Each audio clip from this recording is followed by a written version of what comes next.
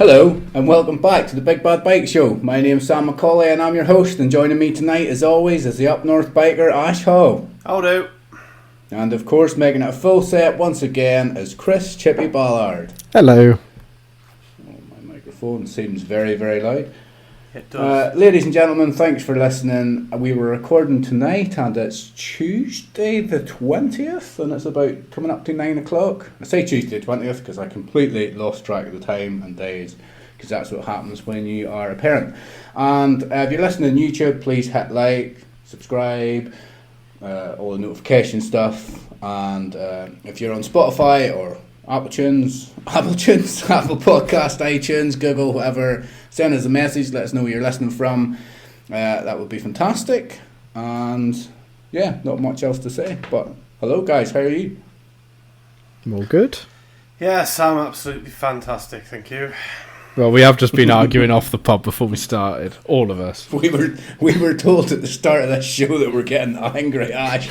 Yeah, like these two dickheads just have really pushed my buttons right now, and I'm just not in the mood for it, to be quite honest. So, I do apologise for a bit short on this show, but the thing is, I've done it all weekend as well. Yeah, you don't understand this, Sam. Right. I've had this all weekend. Right, we're going to come to this. We will come to this when we catch up on what's been going on. But first, Ash, do you want to give us what's coming up in the show? Yes, I can do. So, coming up on the show, as usual, the all-new Who Am I? Looking back at the MotoGP in Sachsenring and the BSB at Knockhill. And we will be making our predictions for this week and MotoGP in Assen. So, a bit to get through. Oh, you guys are going to have to fill me in on the MotoGP because I haven't watched any of it. I just haven't had time. And all weekend, I've been getting just constant messages from you two as to how good your weekend was, because you were both at Knockhill, and I wasn't. It was very good. I was very happy the fact that you kept me involved. You constantly, like these two here, Ash and Chippy, they constantly, every time, even when you're just sending each other a message, they sent it through the group chat so I could feel involved. And it felt really good. I really appreciated it. I did kind of feel like I was there. Like I was trying to keep up and watch as much as I could on TV, and I still felt like it was there. But it was just a little tiny, weeny bit jealous as well. So Yeah. Thanks very much for rubbing it in all weekend. But as you have already alluded to, maybe all weekend you didn't quite get on. Well, that's because right, Chippy just likes to push my buttons, and he just right. So what? The main thing that annoyed me, right? So the first day that we were there, Chippy said to me, right, Vicky, his sister, and by the way, thank you very much, Vicky. You were absolutely spot on. You and Steve, for all your hospitality. It was amazing. She had offered to make us a packed lunch for every day we were there. So we were in Asda, she was getting all the packed lunch bits because she does all the packed lunches for the riders and stuff like that. And she said, "Do you guys want a packed lunch?" And Chippy said, "Oh no, we'll be all right because we'll get a burger. We'll get a burger from the burger van." And I was like, "Right, okay then." Hang on, no, shut up, Chippy. Let me finish. I'm going to let you finish, but I need to have my say in on this as well. Right, and he said, "Right, we'll get a burger tomorrow." And I was like, "Right." And I said to Vic, "Well, I'll get a burger as well." So because I didn't want to leave Chippy out, I thought, you know what? We aren't counting calories. We'll get a burger. So we goes to the burger cafe because none of the vans were open, right? So it's practice day. None of the vans were open. Got in there. Looked up at the menu. It was £9.50 for a burger and chips, right? Which is the going rate these days. What did you expect? You're a British exactly. That is the going rate. But Chippy seems to think that there were like a fiver or something. So obviously I got in there. I'd had no lunch. I had no choice other than to buy a burger because I'd had no lunch. So I bought the burger and chips. I thought you had a free breakfast. Yeah, well, we had the breakfast included with the room, which we'd already eaten. Okay. So I ordered this burger and chips. Chippy then decided not to order the burger and chips because it was too expensive. So then I'm sat there with a burger and chips, which was tiny, and he sit there, and we were nice and quiet, and he just looked at me and goes, "How's your burger?" And I just wanted to rip his head off. And then he messaged me, and I was like, "Oh, here we go. Get the popcorn out." These two are arguing again. Right, could I correct that story of how I remember it? We were in Asda, and my sister Vicky, she said, "What do you want? Packed lunch or what's happening?" And I said, "Well, to be honest, I'm all right. I'll just have a burger tomorrow." I said, "I will have a burger tomorrow." Ash is a fully grown man. He can make his own decision. The offer was still there for him to have a packed lunch, but he decided, no, I'll just copy what Chippy says. I'll go with a burger as well, which was fair enough. He made that decision. I then walked into the cafe, saw it was £9.50, and I was like, I am not paying £9.50 for a burger. And then I saw the burgers, and they were like, I know you can't see this on the podcast, but they were like that big. It was a very small burger, and I was like, there's no way I'm paying that. Anyway, Ash paid for it. He got it. And I could tell he was raging with me, like to the point where I thought I've pushed him too far. But then I thought, this isn't my fault. I'm not taking the blame for this. He made his own decision. He made a conscious adult decision to buy that burger. So, and then I would just like... I am just going to apologise to the listeners, first and foremost, that 2/3 of this podcast went to Knockhill to watch the BSB, and they come back and complain about burgers. Not even a mention about a bike or how good the weekend was. But we're going to get onto that. Just the burgers. But yeah, and I thought maybe I've pushed him too far, and I apologised, and I said, I'm really sorry, mate. But anyway, and then like we're walking about and stuff, and then he just trips me up, and I'm like, no, I'm not sorry anymore. He just walked behind me and just kicked the back of my ankle just to try and trip me up. So I thought, no, I'm not sorry. If you can give it, you can take it. You two are children. Yeah, we really were. We actually needed an adult there with us. But apart from that, it was like that all weekend. Chippy annoying me. It was such an amazing weekend. Like being able to meet a lot of the riders was brilliant. We had full access to the pits. We had access everywhere, didn't we? Like, yeah, went on the grid, got on TV quite a lot. I saw you on TV. I put it on our Facebook page. These two numpties walking up. You look like a right pair of numpties. It was like you get people that walk past the TV camera and they just happen to be walking past. And some people walk past and they know what they're doing, and they kind of walk past and they give her a little look. You two just blatantly walk up and just stood there. Hello, Mum. Yes. So look at the state of these two fools. Who do they think they are? It was brilliant, and also we had the added extra of having factory Honda hospitality on an evening, which was pretty cool. Also, if you'd have had your Big Bad Bike Show hoodie like you said you were going to have, that would have been on TV. Well, the thing is, I thought about this because we advertised in an unofficial way around the track with stickers that we can't put everywhere. I just correct that? I advertised. Yeah, okay, this is another argument. Yes, to put any stickers anywhere because you thought you were going to get banned by the BSB police. Well, no, I thought we were going to get into trouble. But anyway, yeah, we put all these stickers around, and I thought it's a good job we didn't wear a hoodie because they'd obviously then put the stickers with us, and then they'd know who put the stickers everywhere. So it's probably a good idea. They can listen to the podcast and hear all about us. To be fair, we have just confessed that it was us. So, that leads in a little bit to our feedback that we got from Harvey. So he sent us an email. He says, went for a shit at Knockhill on Friday night. What did I find? He says, I touched the sticker. Our DNA has now crossed paths. And he also said he heard the shout out in the commentary on Sunday. So yes. Somebody did hear it, yeah. Yes. Well, I thought to myself, I'll send a text to the commentary box. Just it was something along the lines of, hope everyone's having a great weekend and good luck to all the riders from all of us at the Big Bad Bike Show. And I thought I'd sent it to the wrong number, but then we heard it, didn't we? Yes. Yes. I have got a little bit of a bone to pick with Harvey, because he told me that on, I think it must have been about Wednesday, Thursday, he might be going up, but he didn't confirm. And I said, well, if you're going up, let us know, and we'll just like meet up and say hello and that. And then he messaged me Monday, literally this morning, and said, I saw your sticker at the Knockhill. And I was like, well, thanks for letting me know you were there. You know, we could have at least come and said hello. So he was there, but hiding from us. So, do you know who Harvey is? Like, would you know him? Have you seen him? No, I wouldn't know him if I saw him. I have no idea what he looks like. Well, maybe it's a bit. He maybe doesn't know what you look like either. No, he probably doesn't. He's not just going to walk up to some random guy and be like, hey, are you that guy that does a podcast that about 10 people listen to? I think it's cool that we got a connection with this audience and we don't know them and they don't know us. We're like some sort of secret society. We're very secret because nobody fucking listens to this. It's only about 10 people.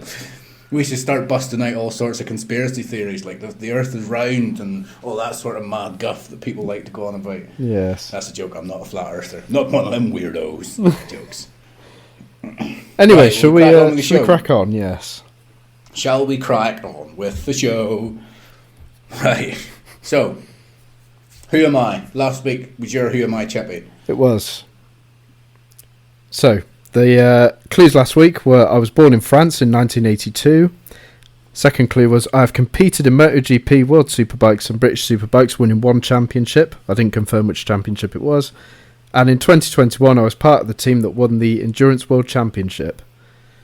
And it was Sylvain Gintoli. Is that how you say it? Sylvain Gintoli. Gintoli, Yeah, Sylvain Gwintoli or Sylvain Gintoli, Yes. I'm not sure. Not very good at French. I call him Gwintoli, Sylvain Gwintoli. I got that one last week. My first guess was Loris Baz, but I knew it wasn't him, but he was the first French person to come into my head. And then just as we finished recording last week, it just popped into my head. It was like, it's obvious it's Sylvain Gwintoli. He won the Superbikes. I'm not sure if it was before or after Tom Sykes, but I remember him winning the Superbikes, and the year after it, he went to Honda. Didn't he? Terrible decision, but it was his decision. And he made it, and yeah, world champion, world Superbike champion, and yeah, in 2014. Now very good TV presenter for BT Sports. Yeah, I quite like listening to him. Yes, I think him and Neil Hodgins have a really good rapport together. Yes. Did he not do? I'm not sure if he did or not. Was he not involved in like endurance sports as well, like motorcycle endurance? Did he not get into that quite a bit? Yeah, well, I said in my clue that he won the 2021 Endurance World Championship. Oh yeah, it did. I do pay attention to what you say, Chippy. I promise. Yes. Right, so this week it is mine turn. Right, so I do mine different from you, I've noticed. I don't talk about myself in the third person as if I was that person. I'm more like a who are they rather than who am I, but I know it's who am I. Anyway, he won the Malaysian Superbike Championship in 1991. Competed in both Grand Prix and World Superbike racing, starting a combined 153 races but only winning one. One race, that is. In 2002, he competed in BSB for Virgin Mobile Yamaha team. This has really been bugging me because it's the Malaysia Superbike Championship bit that's getting me, because I'm thinking it's going to be like Asian. I was thinking either Japanese or Australian, somewhere that part of the world, but I can't think who. I will guarantee you 100% you know who this person is. Both of you know who this person is. I'm going to end up having to Google it because it's bugging 100%. And it is quite hard, and I'll be honest, if it wasn't me did it, I don't think I would know it. Yes. But it's one of them, whenever you hear the name, you're going to be like, oh. So I thought it was is it Kianari? I've never been good with pronunciation. But I'm thinking he was a bit later than that.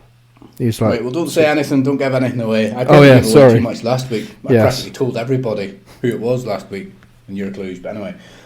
So with your Who Am I, we forgot to mention last week, there was only one person gave us an answer, and they were right, and the answer was Harvey. He was the only guy that got in touch with the answer. What's happened to Big Dazza? He maybe didn't hear it last week, because we recorded late, didn't we? I suppose. I let him off, then, but you better listen so this week. We were hunting him down. Listen to our podcast. How dare you not listen? We recorded late last week, and then we were recording not early, but fairly early this week. So we're all over the place with our timing. So we have to give people a bye-ball on that. If you would like to contact us and get involved with the Who Am I, or leave us any feedback, like Harvey's just done, it's podcast@bigbadbs.co.uk. It's on. Once we put this in YouTube and Spotify, it's all on there. And if you want to leave your name, you can do. We can make you famous. And you can also follow us on Twitter and Facebook and stuff if you want. But yeah, if you want to get in contact, podcast@bigbadbs.co.uk. Did you have any clue who it was, Ash, or did you get any ideas of who it was? Or did you Google it and find out who it was? Not a Scooby. No, I didn't even try and Google it, to be honest. I like to You try. got any ideas? No, I didn't know the other one, and I haven't got a clue on this one either, to be honest. Not a clue. I started drinking tea. So I ran out of coffee the other day and had to start drinking tea. And now I'm addicted to tea. I'm amazed you're not drinking alcohol. Yeah. You normally No, do. I'm having when I do. another week. I'm having another week off alcohol, so I had a little drinky poo on Saturday. You had a And I'm little gonna drinky stop. poo every day last week. Yes, last week, but the week prior to that, I didn't have a drinky poo for 6 days. And then last week, I had drank every night, went back to my old alcoholic. And then this week, we're not having a drink again until Friday. Then I'm going to get smashed, mate. Going to get smashed. You bang on about how eating meat's really bad for you, but then you drink copious amounts of alcohol. Yeah, but eating meat's not just bad for me. 16 episodes we went without meat, talking about me being a vegetarian. Now it's just taking over the show. Eating meat's bad for the animals because, well, they die.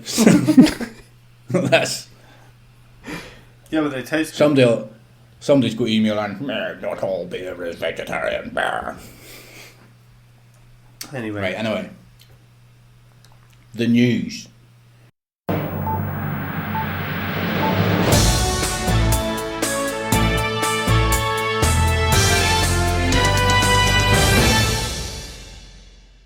I only have one piece of news this week. Now, it's not because, as you always say, I'm lazy or I can't be bothered. Some weeks we have loads of news. Other weeks we only have 2 or 3. This week we've only got one bit.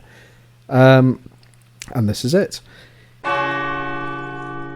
Iker Lecuona will make his return to MotoGP this weekend, replacing the injured Joan Mir at Repsol Honda. He will be joined by Marc Marquez. Usually Stefan Bradl steps in for injured Honda riders, so as Lecuona is stepping in for Mir, I think it's safe to say that Stefan Bradl will be replacing Alex Rins.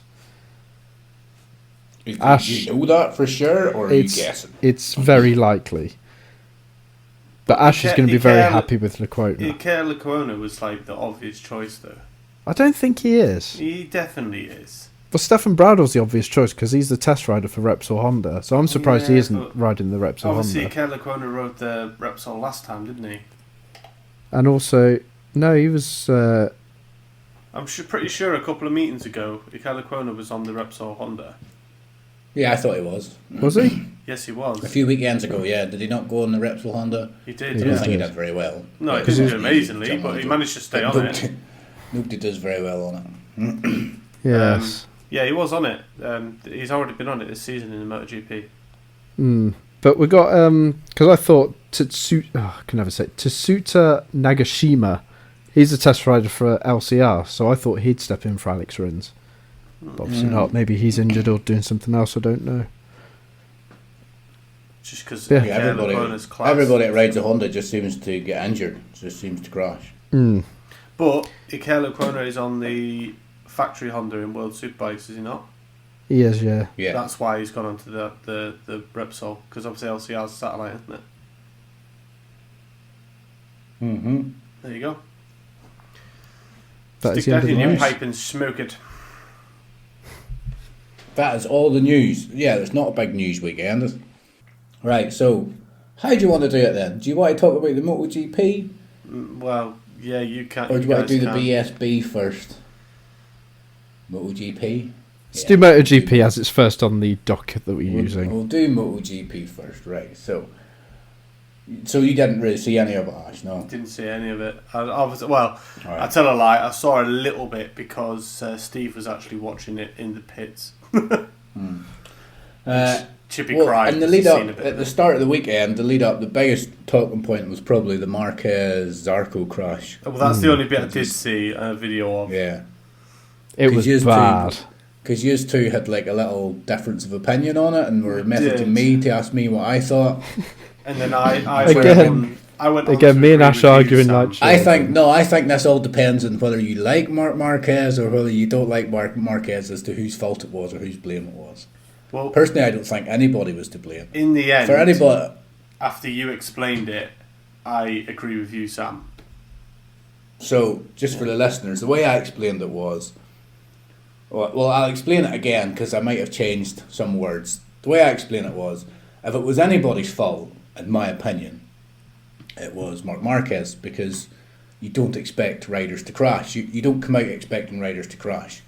And Marc Marquez's opinion that Johan Zarco shouldn't have come out and expecting riders, my argument to that is if Marquez came round the corner and he was on a hot lap or any rider come round a corner and they were on a hot lap, and Zarco went out of the pits with cold tyres, he was probably going to get in their way. So he's damned if he does, damned if he doesn't. However, ultimately, I don't think it was anybody's fault, because Marquez didn't want to crash. He didn't crash on purpose, unless he'd just done an absolutely fantastic lap and thought this is the best way to bring out a red flag or a yellow flag, which he obviously didn't. So it wasn't really anybody's fault. The only thing that upset me about it was a horrendous crash. You look at the pictures, Johan Zarco's bike ripped in two. Like, it was in two pieces. There was a front wheel one way. It looked like the scene from a Transformers movie. There was just wheels and metal everywhere. And it was obviously going to be a red flag. Obviously that was going to be a red flag. And Marquez just got up and just ran. He just ran past Johan Zarco. He never even thought about, I'll go over and just see if he's alright. And Zarco himself said that. He said, like... It was a dick move, that, to be fair. He just got up and ran past him. That was the only thing that annoyed me, but ultimately I don't think it was anybody's fault. I think it comes down to... That's coming into a corner, it's downhill. Why is the pits where it's at? That's true. Because it nearly happens again, or maybe prior to that, or just after, I'm not sure. But it was Vinales and Alex Marquez, I think. I think it was Vinales come off and just missed Alex Marquez. Exactly the same thing. Alex Marquez come out, he wasn't going to give it gung-ho because you get cold tyres. He wants to come out, he has a quick look to see if anybody's there. And as he's coming out, Vinales crashed and the bike just missed him by like half a metre. Just went behind him. Imagine it had happened to both of them. And the exact same thing. You can go on, I'm sure if you go onto YouTube or something, you can maybe see it.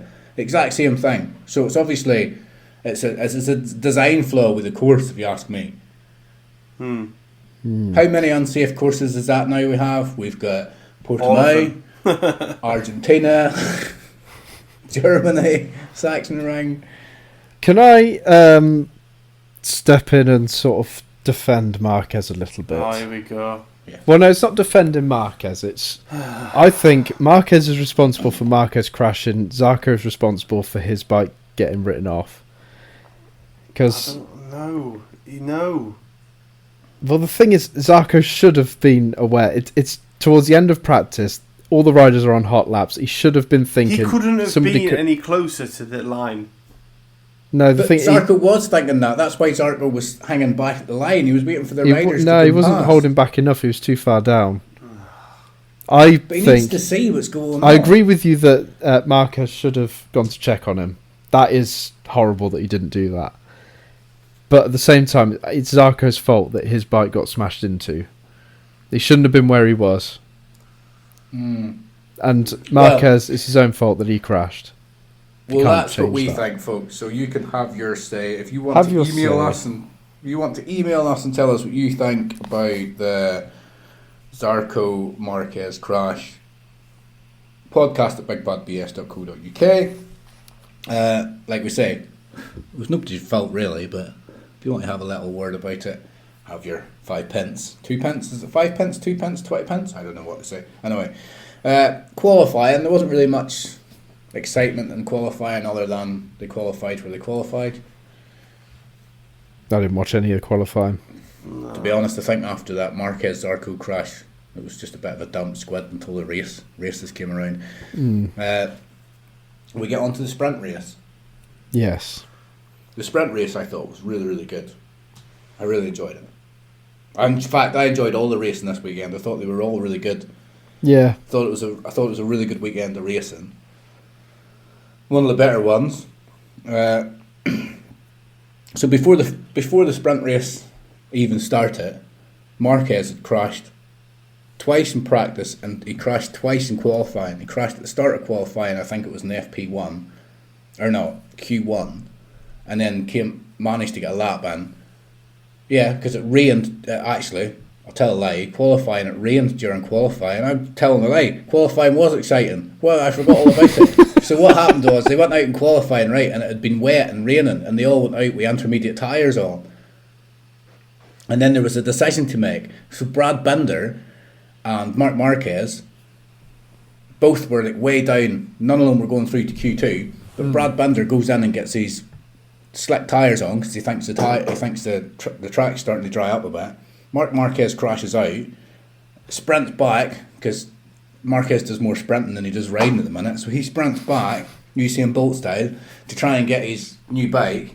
They've got slick tyres on, but Brad Binder, he's going around the track really slow, and it's like, oh my god, he shouldn't have put slick tyres on. But then obviously they warmed up the tyre, the track came to him, and Brad Binder and Marc Marquez both got through to Q2. And then in Q2, Marquez crashed for a 4th time that weekend.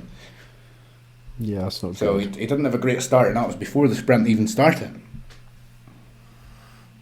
Oh dear. Yeah. So the sprint starts. Marquez is in 7th, starts in 7th. He got into 5th, but then he just slowly moved backwards the whole way through it. As Marquez does. But it was typical race up front. It was just like the same sort of people up front you'd expect to be. Jack Miller was up there. He got off to a really good start as always. He had a good weekend, I thought. He did, but he was doing the same thing all weekend. He was getting into the front early, getting a bit of a gap, making it look like he had an attempt on a breakaway, and then just couldn't keep it. You know what I mean? Just couldn't get away, and then once he got caught, he just slowly moved backwards. Yes. Like in the sprint race, he managed to finish 3rd, so he didn't go back that far. He did have a really good weekend, I think. And in the actual race, he finished 6th, so he did have a good weekend. It's not like he didn't, but he seems to get to the front, and it's like, I guess that's why maybe with the power of the KTM, but maybe just not as powerful as the Ducatis when it comes to long straights. I think maybe the tight, twistier tracks are better because then they can get into the front and keep the lead. I think the KTMs tend to chew through tyres a lot more than any other bike in GP. You see, when you see them racing, you see them sliding a hell of a lot more than other bikes, and I think they've maybe got an issue with tyre wear as well. So that's probably, if he's darting it out at the front and proper going for it, maybe he's wearing his front tyre a bit too much. That's I was watching the feature race this morning. I know we're going to get onto this, but he looked like he didn't know what line to take through some of the corners, and he took a really peculiar line at one point. I think like 3 riders passed him, and he went back down to 4th. But yeah, I'm not really sure what was going on with that. Maybe it was a mistake. Could have been. Zarco did his usual sprint race habit where he got off to a really bad start, didn't do very well, and then towards the end of the race started to pull it back again and ended up finishing 4th. But at the start, he just went backwards at the start. But they were saying that he had a problem with like getting the bike started. So whenever he got started, he maybe chose the wrong gear.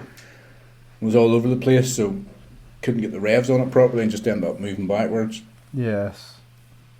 But he ended up finishing 4th, so as usual, he had a strong finish to the race. It's just that problem at the start. Yeah, he's always got late race pace, hasn't he? And Luca Marini did really well because he was at one stage he was in the hunt for the top 3, but he ended up moving backwards and getting farther and farther back. But he started off really well. He had a fairly good weekend as well because he was riding for podiums at one stage. How did Bezzecchi do in the sprint? He got 6th. It's not terrible. It's not terrible, but I've been thinking about Bezzecchi. That seems to be where he finishes. After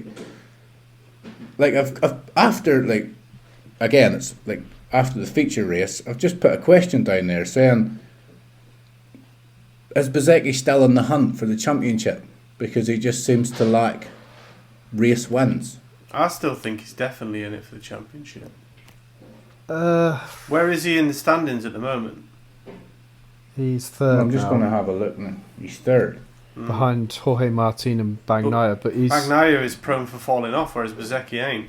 He is, but he's 34 points behind him. It's only one. And he's not getting... It's only a sprint race and he's probably not going to win the sprint race, but... That's the thing. Say it's like just a win, but he's not getting the wins. Yeah, he's not getting the wins. That's his Do you reckon He's not even getting podiums. Bezzecchi's strength is consistency, but he's not getting podiums. So, and we're round 5 out of 20 rounds or something. So, if he keeps this up, yes, it's really good. But if he keeps this up, Johan Zarco is going to go past him because he's starting to get podiums more. Yeah. But I mean, do you think Bezzecchi might say they all have a proper mare at the top like Bagnaia and that? Do you think Bezzecchi might end up doing a Joan Mir? He could do. No, I don't. Could happen. What? I could, but I don't see that happening. Not this year. I don't know. I think though it's more likely to be Jorge Martin that does a Joan Mir, because he's only got one race win after this weekend. I think after this weekend, Jorge Martin is a massive contender. Yeah. He did the double. Like he's not just so Jorge Martin won both races actually, won the sprint race and he won the feature race. And he won both of them in style. It wasn't like just about, or he wasn't How far back was Bagnaia from Jorge Martin then, in the main race? It was only a few tenths. Oh, was it? So they were pretty close then. Yeah, because I think second to last lap, Bagnaia went to overtake him or something. I think he hit his rear tyre. Oh shit! And he just messed him up for the next lap, so he couldn't get past him. But yeah, it was pretty close. He only just it was good racing. Yeah, it was a good race. It was plus 0.64 seconds. So it was really, really close, really, really tight. That was the. I think that's pretty much how close Charlie was to Tom Neve before he came off in that last race. Yes. It was about 0.4, wasn't it? Yeah. But then behind them, and this is in the feature race, Zarco was 7 seconds back behind them. Jesus.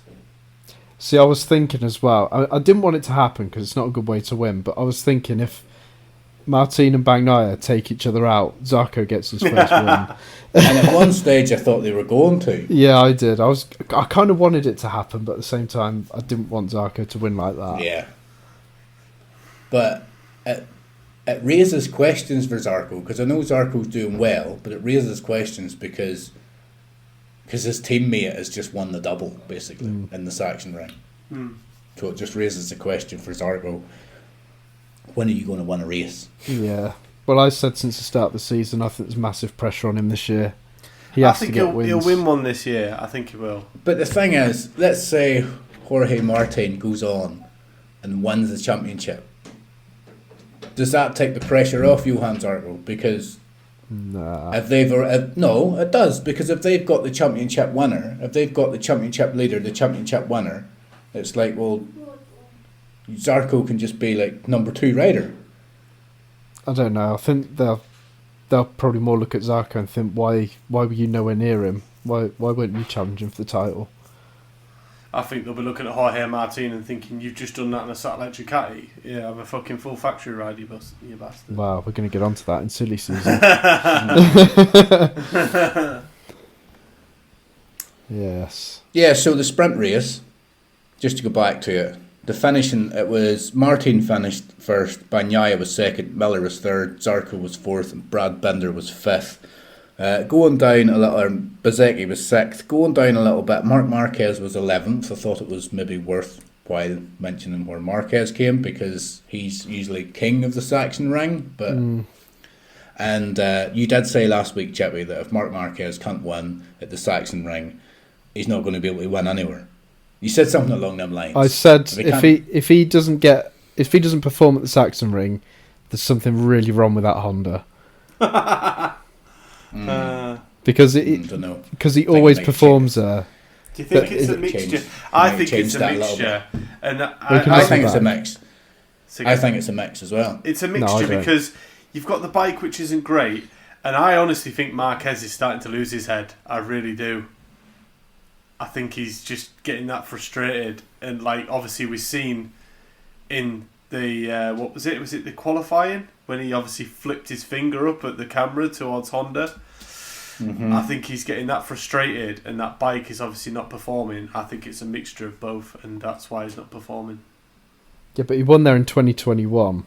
Yeah, but it doesn't matter. Well, it does. How does it matter? Well, because it's clearly Honda. Because you said in 2021 he should retire. He's past it, and that. But if he won then and now he's like struggling to finish 11th, you've got to say it's mostly the Honda that's not performing rather than Marquez. I think it's both. I think it's a mixture. I'd say it's 90% Honda, maybe 10% Marquez.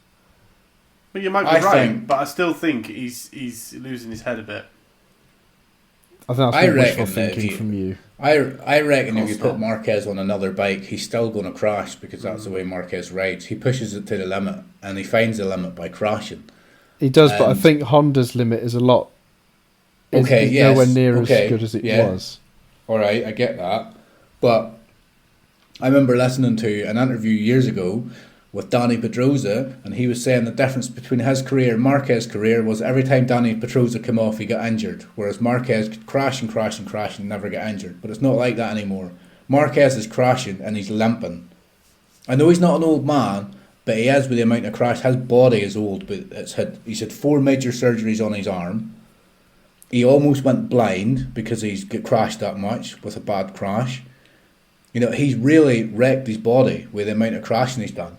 And he's not the same rider he was. If he crashes, it's affecting him worse than it used to. And that's I get that. Yeah, so he's never going to win another championship, even if you put him in another bike. It's never going to happen. Well, I think he could potentially. He could potentially. Iker Lecuona got a season in MotoGP. He could potentially win the MotoGP. Potentially. No. Well, he's had several seasons in Chippy, MotoGP and he was awful. Right? Let's say that Marquez gets a different ride next year. Would you put 100 quid on him for him to win? Not in his first year. Maybe in his second. Say if he went to Aprilia, I'd say give him a season to settle in, and if that Aprilia's still a good package in the second season, I reckon he pushes the limit. I reckon he could win the championship. He'd definitely be a contender. Here's what I was thinking. This is the thing I was thinking about the other day, and I told you I was going to mention it in the podcast, but I didn't tell you what it was. Right, so imagine Marc Marquez, right, goes to Aprilia. He has a season on Aprilia, and then he comes out the following year. It's 2025. Marc Marquez is coming out. Nobody's really rating him. He's on the Aprilia. He comes out. His teammate is... Who's his teammate? Give me a rider who could be his teammate. Somebody that could win. Maverick Vinales, for example. Maverick Vinales is still on the Aprilia, and he's just amazing this year. 2025, he's amazing too. Something's happened with the Ducatis, don't know what it is, but the Aprilias have just went that one step further. And the whole year, the whole championship, after about round 6 or 7, it's obvious that this championship is between the Aprilias. They are the two, Maverick, this is all hypothetical, but Maverick Vinales is up there, Marquez is up there, both of them's up there. Championship's Aprilias to lose. And then Bagnaia, even though he's not on a bike that's quick enough, just keeps getting in Marquez's way, purposely just to annoy him. How would you I see where this is going. How would you feel as a Marquez fan? You've waited years to see him with an opportunity to pick up another championship, and along comes some little twat and just gets in his way and constantly fucks with him. You would be raging. I wouldn't, because it's racing. You would. No, you would. I wouldn't. It's racing. Have you actually watched the 2015 season? Yes, I have. No, you haven't. You told us a few weeks ago that you weren't watching MotoGP at the time, and you've not watched it. No, I've watched most of it. Lies. No, seriously though, that I'm being facetious there, but imagine that did happen. 2025. You would be so mad, Chippy. He's on an Aprilia, for example. It's fair game. Everybody's entitled to race and battle for wins. Right. Okay. Even if you're not in the championship race, you can still fight for wins. spoon. You can still get in everybody's way. It's every man for himself. Silver spoon in the odd pot there. Don't you dare talk to me about silver spoon. There's kind of I wouldn't say it's an unspoken rule, but there is kind of an unspoken rule that if you're not in the championship fight, just let them have their fight. Let them race. No, I disagree with that. Most racers probably would disagree with that. I have to say. They probably would. Each race I see is individual. It doesn't matter what's happening in the championship. You go to, say, I don't know, where's near the end of the season, like Qatar. You go to Qatar, you're not in the championship race, you can still fight for a win. And if you get in somebody's way that is fighting for a championship, tough. They're obviously not good enough to beat you. They're not good enough for the championship. Every man for himself. Mm-hmm. Except including Marc Marquez in 2015. The other thing I wanted to mention about the sprint was that Quartararo finished in 13th and Morbidelli finished in 15th. I know that might seem like, why did you mention that? But that becomes more apparent in the feature race. Mm. Which, do you want to go on to the feature race or do you want to talk Shall we? more about the sprint? No. We'll go into feature. So the feature race, after crashing for a 5th time in the warm-up, Marc Marquez pulled out of the feature race, didn't even take part because he crashed again. And probably because he's Honda was saying, nah, we ain't paying to fix it again. No, he looked proper dazed and shut up. Like he sat at the side of the track. He just sat there for ages, contemplating whether he should get 5th back. crash, Jesus. I know, but usually he sprints to get the next bike or he gets up.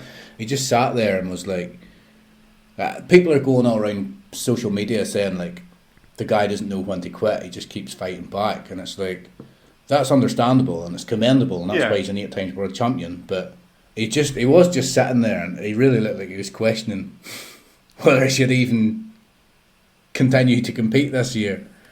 What did you make of him? Because we haven't put this on the doc. What did you make of him flipping the bird at Honda? Very unprofessional. I thought it wasn't professional, but it was very heat of the moment thing, because it literally just happened and then you just see him do it. But yeah, unprofessional but understandable. Yeah, but Honda's done a lot for him. They have, but he's done a lot for Honda. Yeah, but he should just be patient. You say he's done a lot for Honda, but Honda would still be a massive billion dollar, billion pound company without Marc Marquez. Yeah, but he has won them all them titles. Yeah, but look how many times the Yamaha won bloody Rossi titles. You don't see him flipping the bird out, do you? No, true.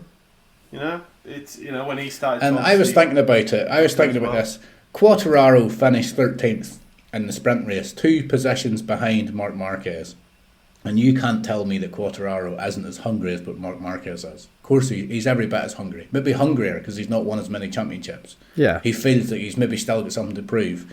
And the Yamaha is similar to the Honda. Maybe the Honda's a bit worse, maybe. But the Yamaha's definitely similar to the Honda. It's a Japanese bike that's not performing with a rider on it who should arguably be fighting for the championship.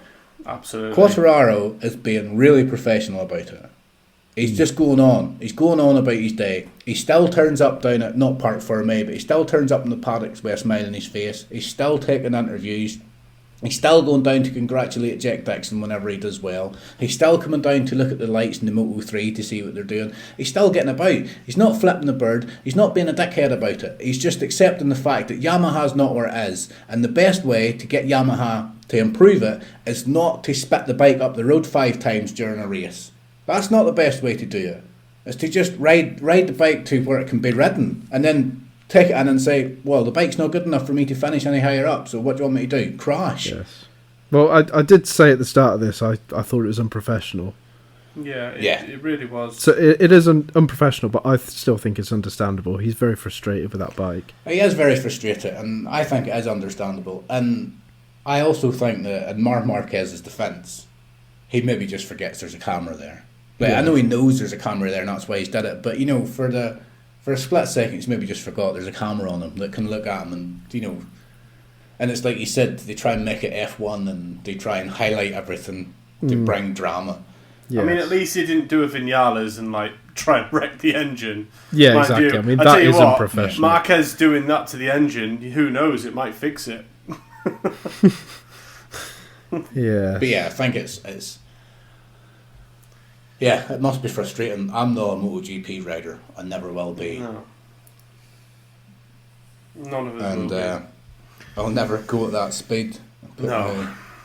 Put my life in the hands of a machine that can go at that speed, so yes. I guess what I'm saying is I shouldn't really comment, but here I am hosting a podcast commenting. Yeah, but he should have maybe tried to hold back on that. I think he just has to. We just keep talking about Marquez, but I think he just has to accept the fact that this season's over. In fact, a part of me maybe thinks he should just walk into Honda and say, "Go fuck yourself! I'm not racing the rest of this season. Just walk away from this season and just walk out into the middle of the paddock and go, who wants Marc Marquez next year?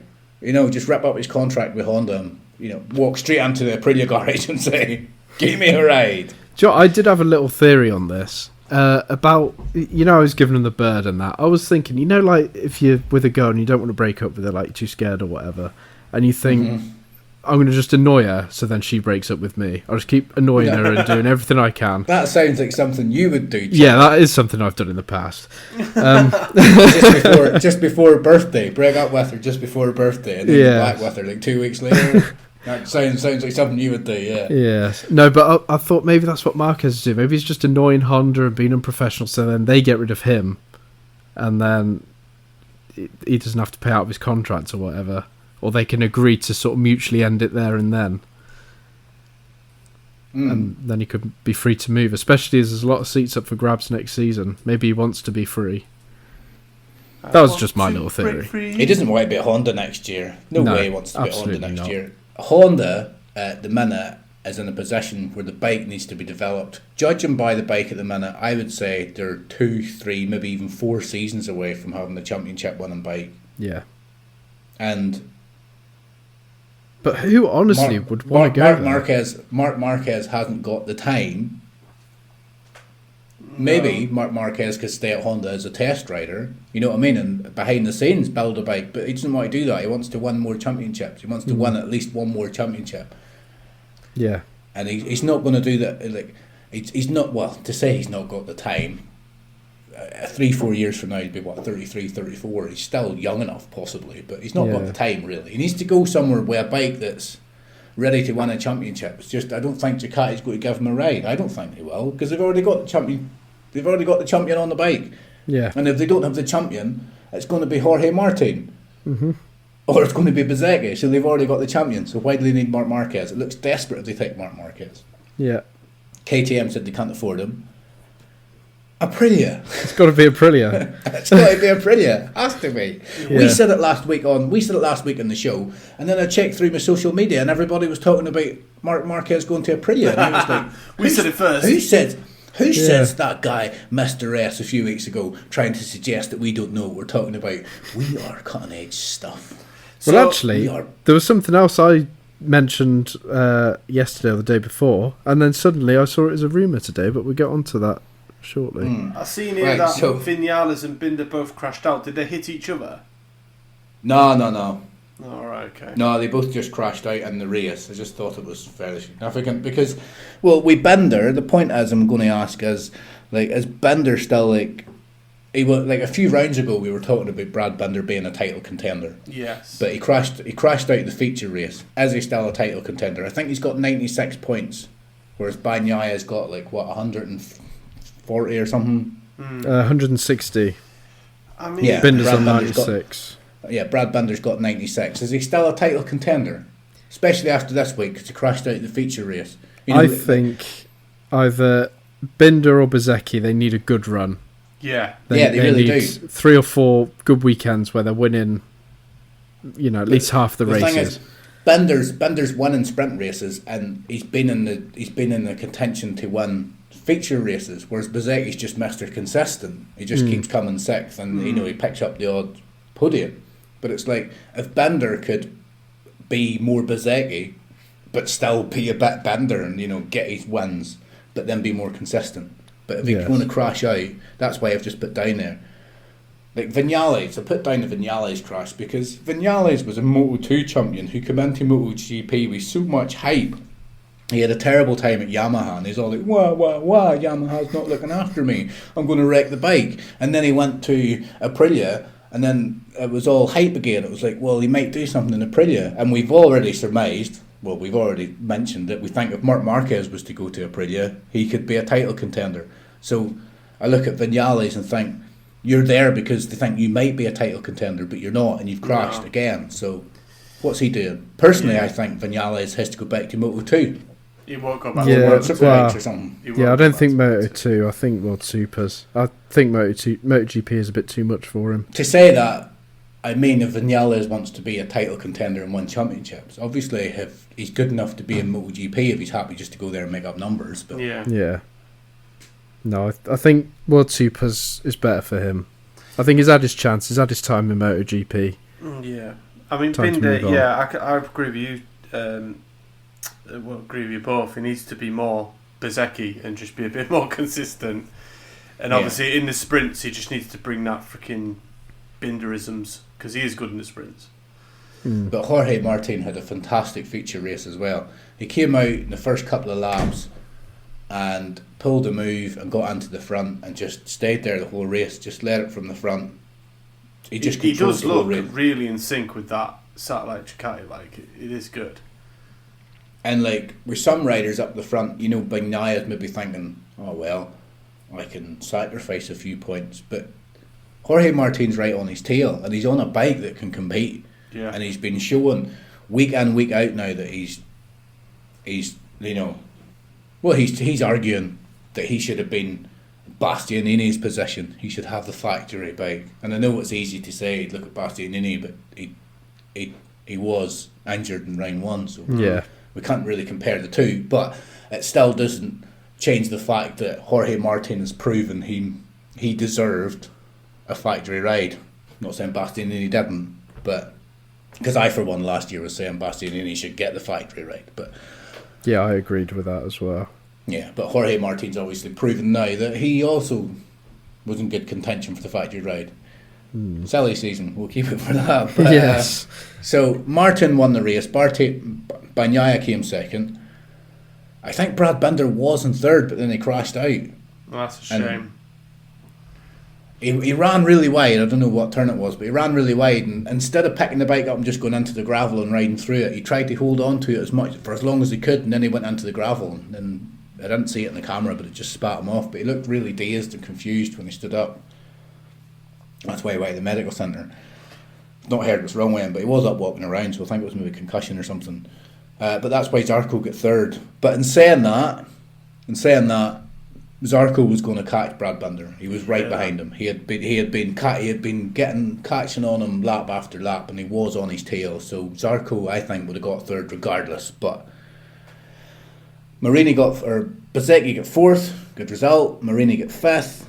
Miller gets sixth. After he led the race at the very beginning, he did the same where he gets into the front, he pulled away. He had a couple of bike lengths at the front. You thought he's going to get away here, and then he went backwards. I think it's tyre wear. I genuinely do. No, but he was like in the lead in the first lap, and then by like lap 6 or 7, he was like back and forth. So it's not tyre wear at that early point in the race. Like maybe in lap 22, 23, maybe. Yeah.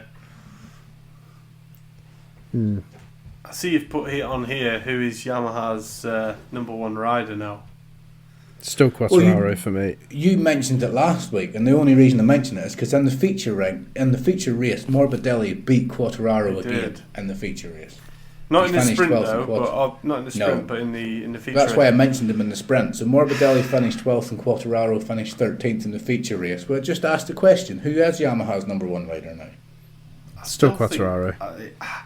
I want it to be Quartararo. I still think it's Quartararo. I want it to be because I really like him. I always have. But Morbidelli, I think he's just pipping it slightly. Do you know what I think though? As we went back on silly season last week, I think Yamaha should be keeping Morbidelli because he's not a bad rider. He's still really good. Don't forget he was runner-up of the championship a couple of seasons ago. I really think they'd be making a mistake if they lose him. But saying that, I think he wants to leave anyway, so... Well, he's in a similar position to what Marquez is in. And Quartararo. They're on a bike that next year they're not just going to turn up and be a championship contender. Very, very doubtful. They're a couple of years away from that. And these guys want to win championships. They don't want to be there to make up numbers. They want to contend for championships. So still got Moto2 and Moto3 to talk about, but we haven't made any notes for this. I mean, I did only watch some Moto2 this morning, so that one's kind of fresh in my head. Well, when it comes to Moto2 and Moto3, I realise we've got a lot of British superbikes to talk about, so will we just kind of gloss over them? I'm not saying they don't deserve more time. No. But we do have a lot to talk about. Should we start in Moto3? We should talk about the fact that... do you want to do Moto3 or Moto2 first? Let's do Moto3.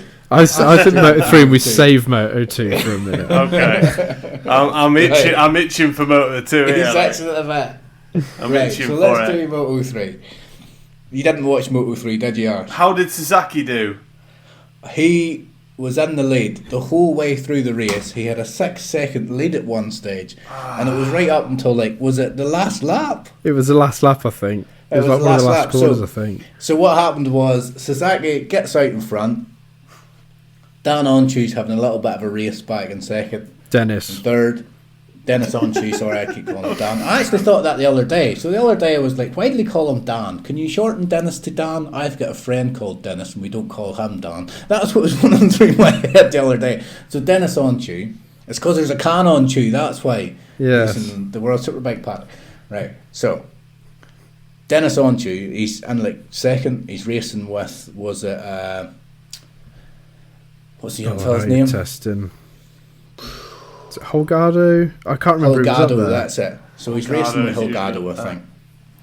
There's 3 of them in a race, right? There's Holgado's one of them, Dennis Onchu's another one.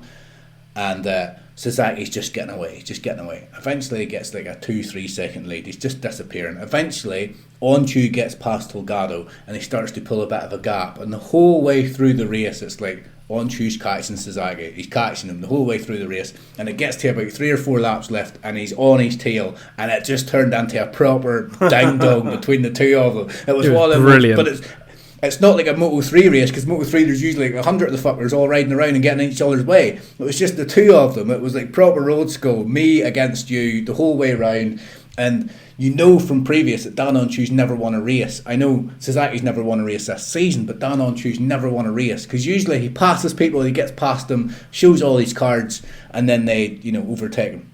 But Dan Oncu just held right behind him the whole way. He just stayed behind him, a few little practices here and there, and then coming up in the last lap, just before, a couple of last turns to go, Dennis Oncu goes past Sasaki and just peps him at the post and takes it from him. And I was like, I was so happy for Dennis Oncu. Yeah, I was as well. At the same time, I was thinking about Ash, because you've been going for Sasaki all year. And I was like, that was it, man. That was his race win that's just been ripped from him by Dennis Oncu. He'll get it eventually. He will get it eventually. I'm so glad that Dennis got his first win, though. And, yeah. And ultimately, I think Holgado would have been happy enough, because he's still leading the championship, isn't he? Yeah. He's doing really By well, some way, I think. Yeah. Yeah. And I think it was a good result for Sasaki. I think he was just unlucky. Yeah. And I hope that this can... Yeah, I hope that this can propel Onchu onto actually start winning more races, because I think maybe just lacked that little bit of confidence that he could win races, and now he's actually got one under his belt. I hope he doesn't go out next week at Assen and crash. That's, Yeah, that'd be a shame. Or Tola, was that the other guy? It was Onchu, Holgado and Ortola were racing together, and then I can't remember now. I'd need to rewatch it. We're really good at this podcast thing, aren't we? My man Joe Kelso came 22nd. Always keep my eye out for him. You might as well keep your eye out, because he can't open his own. Anna Carrasco got 27th. Oh, shut up. Do you know what, Chippy? From now on, I don't want to hear about Anna Carrasco. Chippy sent me a message saying, don't tell me any results, and I just sent back saying Anna Carrasco's in the lead. Because obviously he knew I was lying. Yeah. But, do you know what he said to me at Knockhill? This is another me grassing Assen. He said to me, he was like, I'm not donating blood. I was like, you are. A bet's a bet. You have to. Yeah, you have to. And I'll be going with you as well to make sure you do it. You have to. There's no backing out of it. You're not coming with me. I'm going on my own accord. No, I'm going with you to make sure you do it. Are you fuck?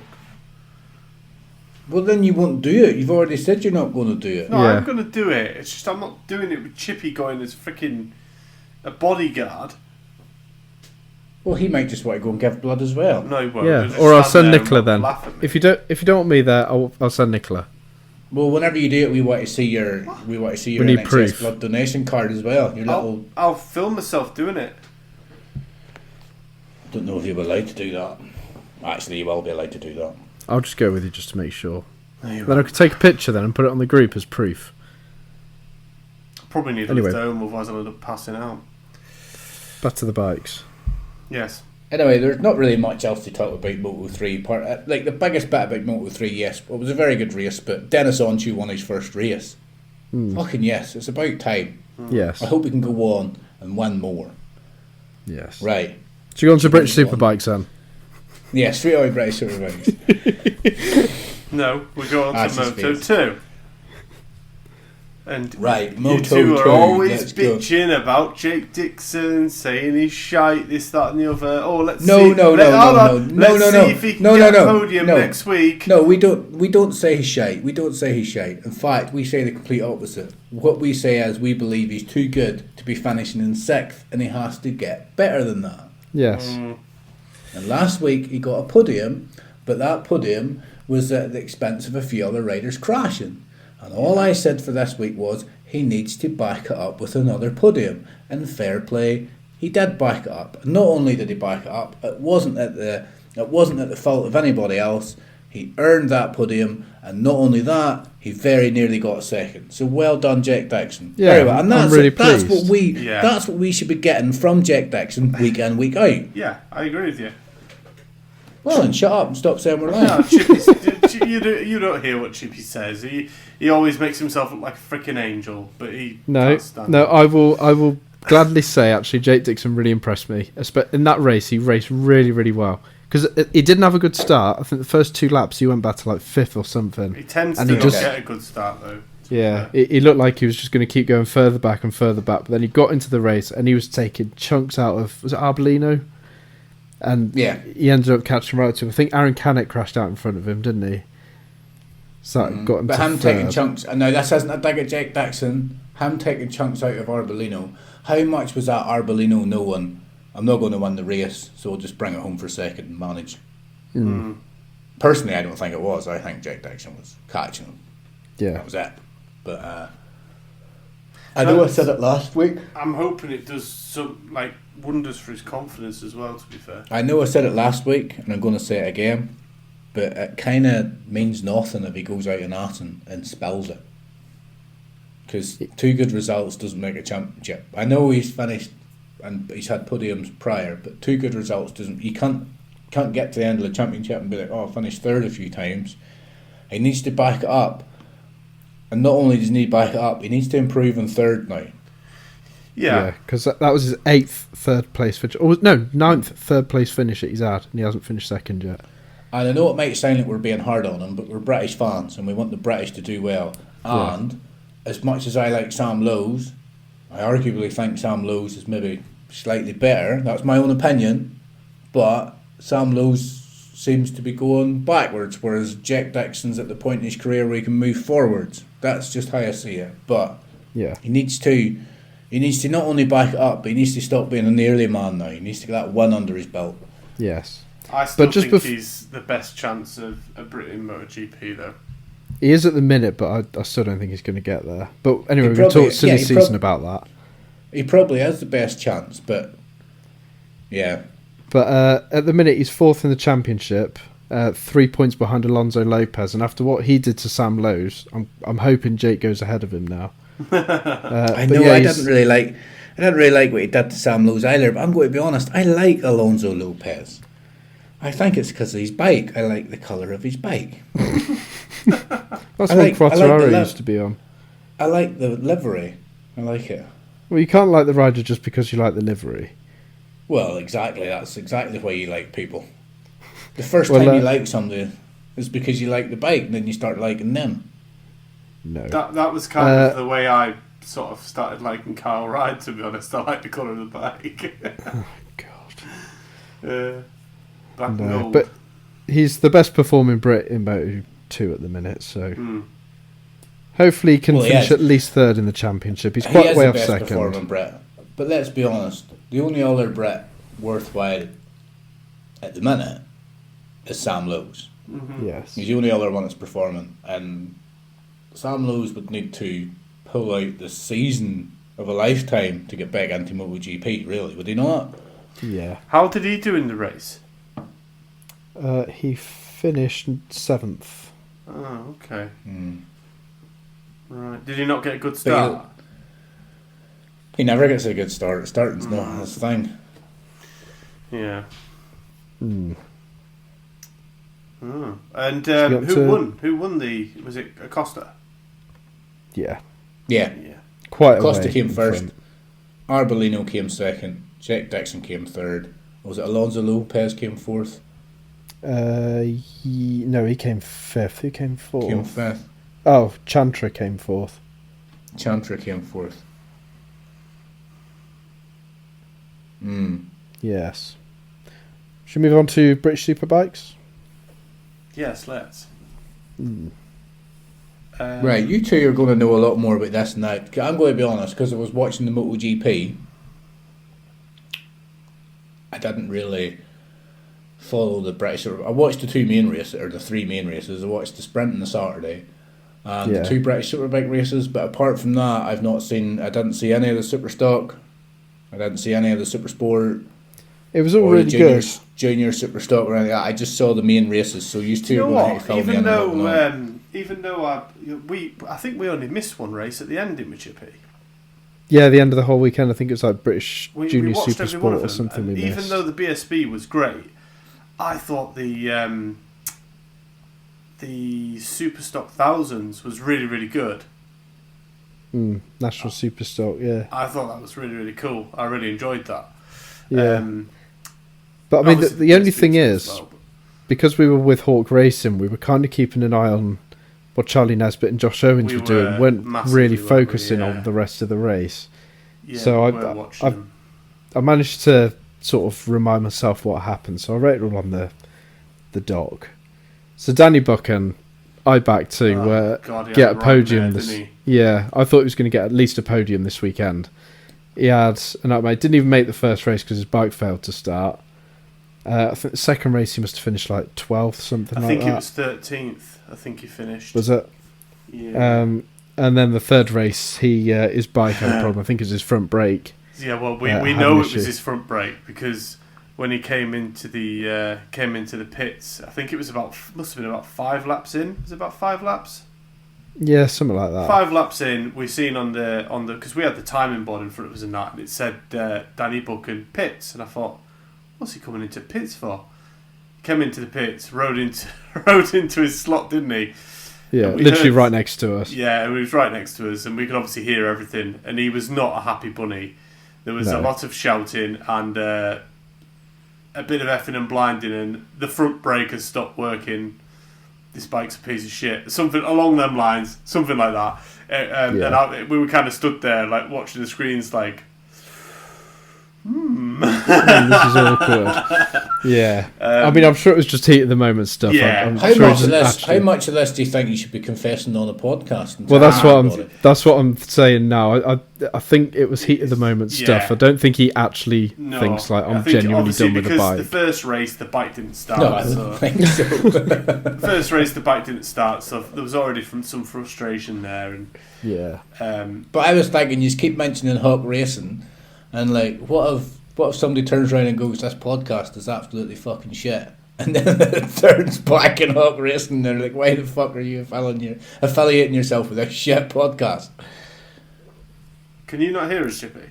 Sorry, say that again. My headphones completely cut out. Your headphones are shit. So are yours. Well, they're not, because they work. Brilliant. No, I was saying, you keep mentioning Hawk Racing, but are we? We're not affiliated with Hawk Racing. No, we're not. We're not affiliated with Hawk Racing. So, if somebody turns around and goes, that podcast is absolutely shit, and then they'll be like, "Fuck you, Hawk Racing." No, we aren't affiliated with Hawk Racing whatsoever. Just so everyone's aware of that, we are just a mediocre podcast. Yes. Can I just highlight that in race 3 I was so wanting, like, I love Glenn Irwin obviously for obvious reasons, but in race 3 I was so wanting Tommy Bridewell to win that race, because I said last week Glenn Irwin will win one, Kyle Ryde will win one, and Tommy Bridewell will win one, and I was so close to my predictions coming true. I was so close, and Ash, you were all like, Kyle Ryde's going to win all 3. Well, he won one of them. Can't be bothered thanking. He won one of them. Yes. Who did you go for, Chippy? Who did you? I went for Kyle Ryde to win one, Jason O'Halloran to win one, and I think the only other thing I said was Danny booking for a podium. I don't think I chose another winner. No. Well, I think out of all the predictions last week for the BSB, I think I was probably the closest, which means Yes. I'm the winner I suppose of. you're the If we're winner. doing winners, we pick predictions and never do anything with it. That's something we should maybe improve on. We should maybe start keeping track of all that. Do you know what, I used to do a thing with my sister and Steve, and it was I know what you used to do with your sister. No, listen, not like that. That's And the it was- episode title. I used to do a thing with my sister. We used to have like this little league, so we'd all pick one rider from like MotoGP, Moto2, and Moto3, and like if they got a fastest lap, then they get a point. If they got pole position, they get another point, and if they won the race, they get like 5 points. And it's basically like a little league and stuff. And we should kind of do something similar to that. But that's a lot of admin to It keep is a on lot top of of all admin. that. Well, it's not really. I can do that It easily really is. myself. All you have to do is Well, send you me your do. predictions, and I'll just keep on top of it. But we'll have to put them in say them out in the podcast. We could start a little big bad bike show fantasy league, and everybody could get involved. We could, but then that is a lot of admin if loads of people are getting involved. This is where we're going to head to. We'll have the likes of Harvey and King Robbo and Big Daza Yes. and Babsy all getting involved. You're all getting. It your would name be good. mentioned. I mean, if You're we getting can... your name mentioned, guys. Yeah, these people are mentioning their names. You better start sending emails and making this podcast what it can be. Yes. And I mean, anybody else listening, start sending emails. if we can set something up where we can just get everybody to fill out a form and it sort of auto-populates on a spreadsheet or something. I don't know how it works, but... So what you're saying is we need a website.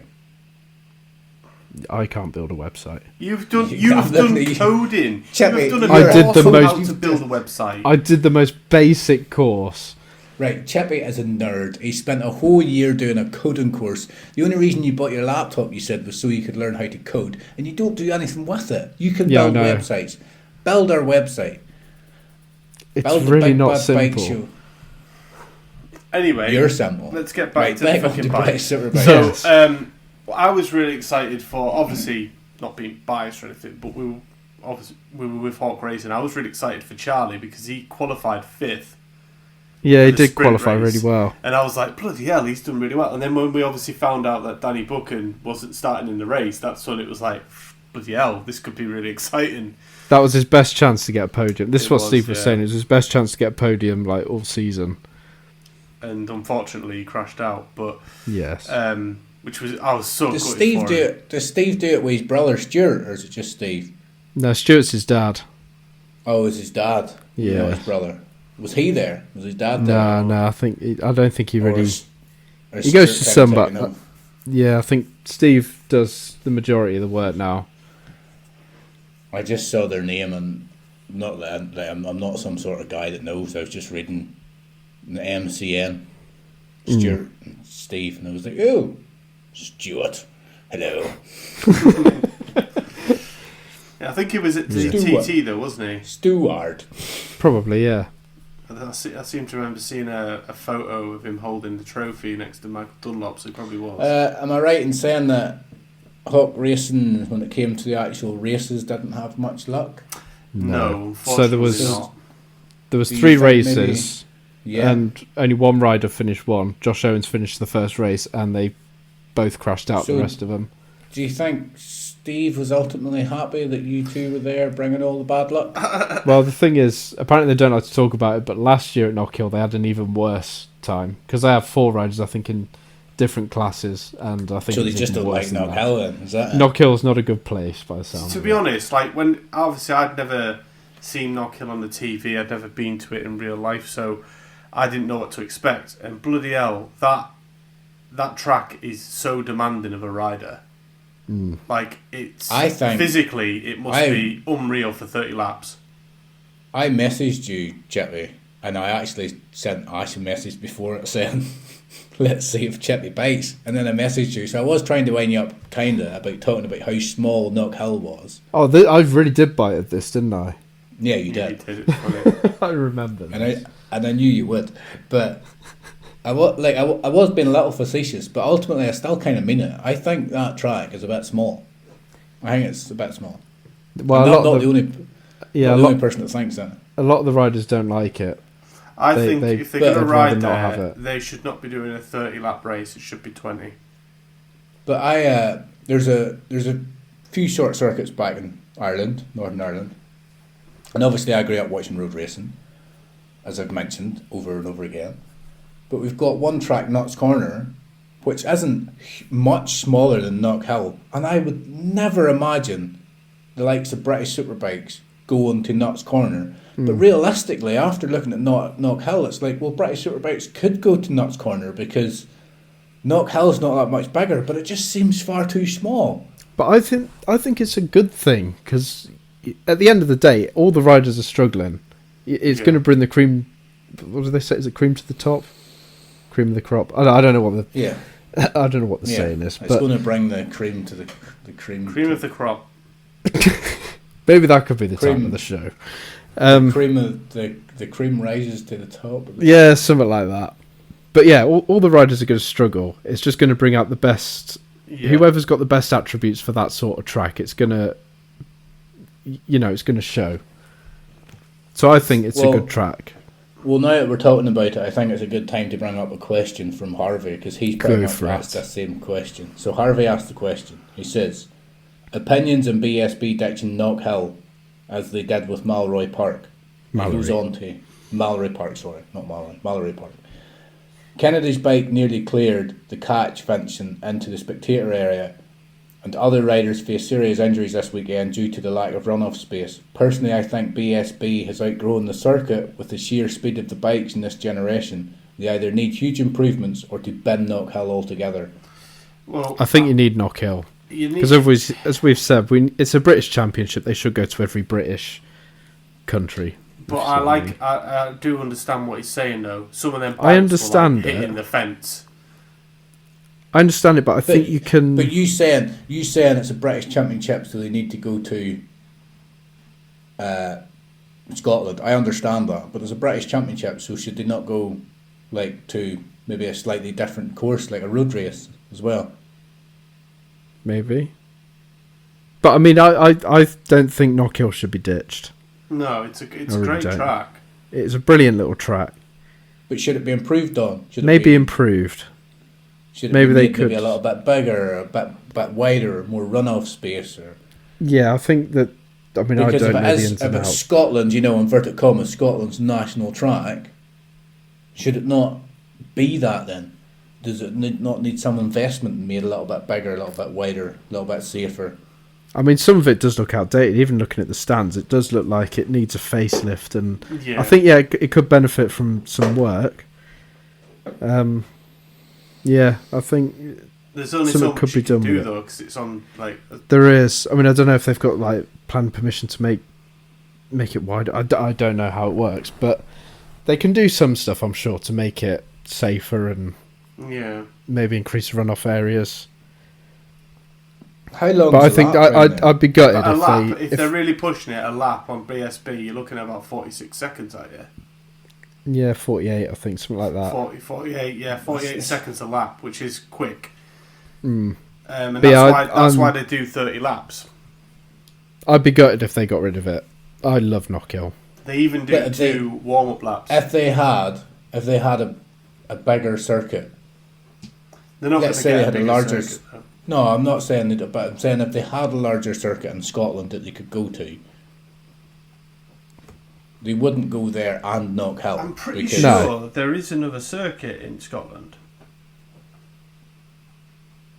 Carry on between yourselves. Because even watching it on the TV, I was like, Jesus, this is small. This is tiny. Like the track they went around in Silverstone was pretty small. They did 53 seconds. That's the second smallest, the national. That's another argument. I don't think they should even do the national circuit there. I think they should do the whole thing. But yeah, they should do the whole thing. But it's too small. Yeah, but I mean, at Knockhill, even smaller. At Knockhill, there's places you can stand and you can literally see the whole track from where you're stood, which is brilliant.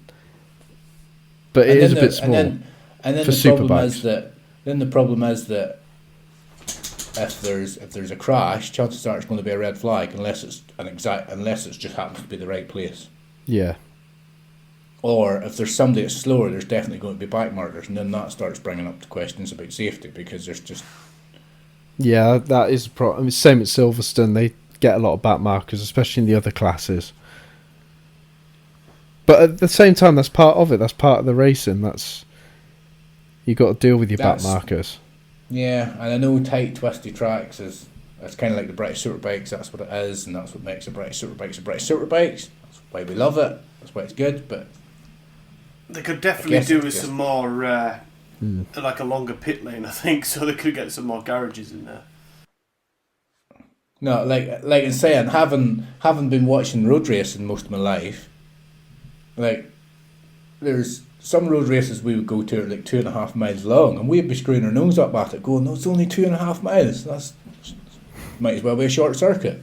Like the road race I grew up on was 3.6 miles, and even that was pretty short. Yeah. Like you go to the likes of the Ulster Grand Prix, and they're like 9 miles long or something. But then road racing is just 100 times better than British Superbikes. No. Anyway, going back to the races. So second race, Glenn Irwin got into the lead on lap 24.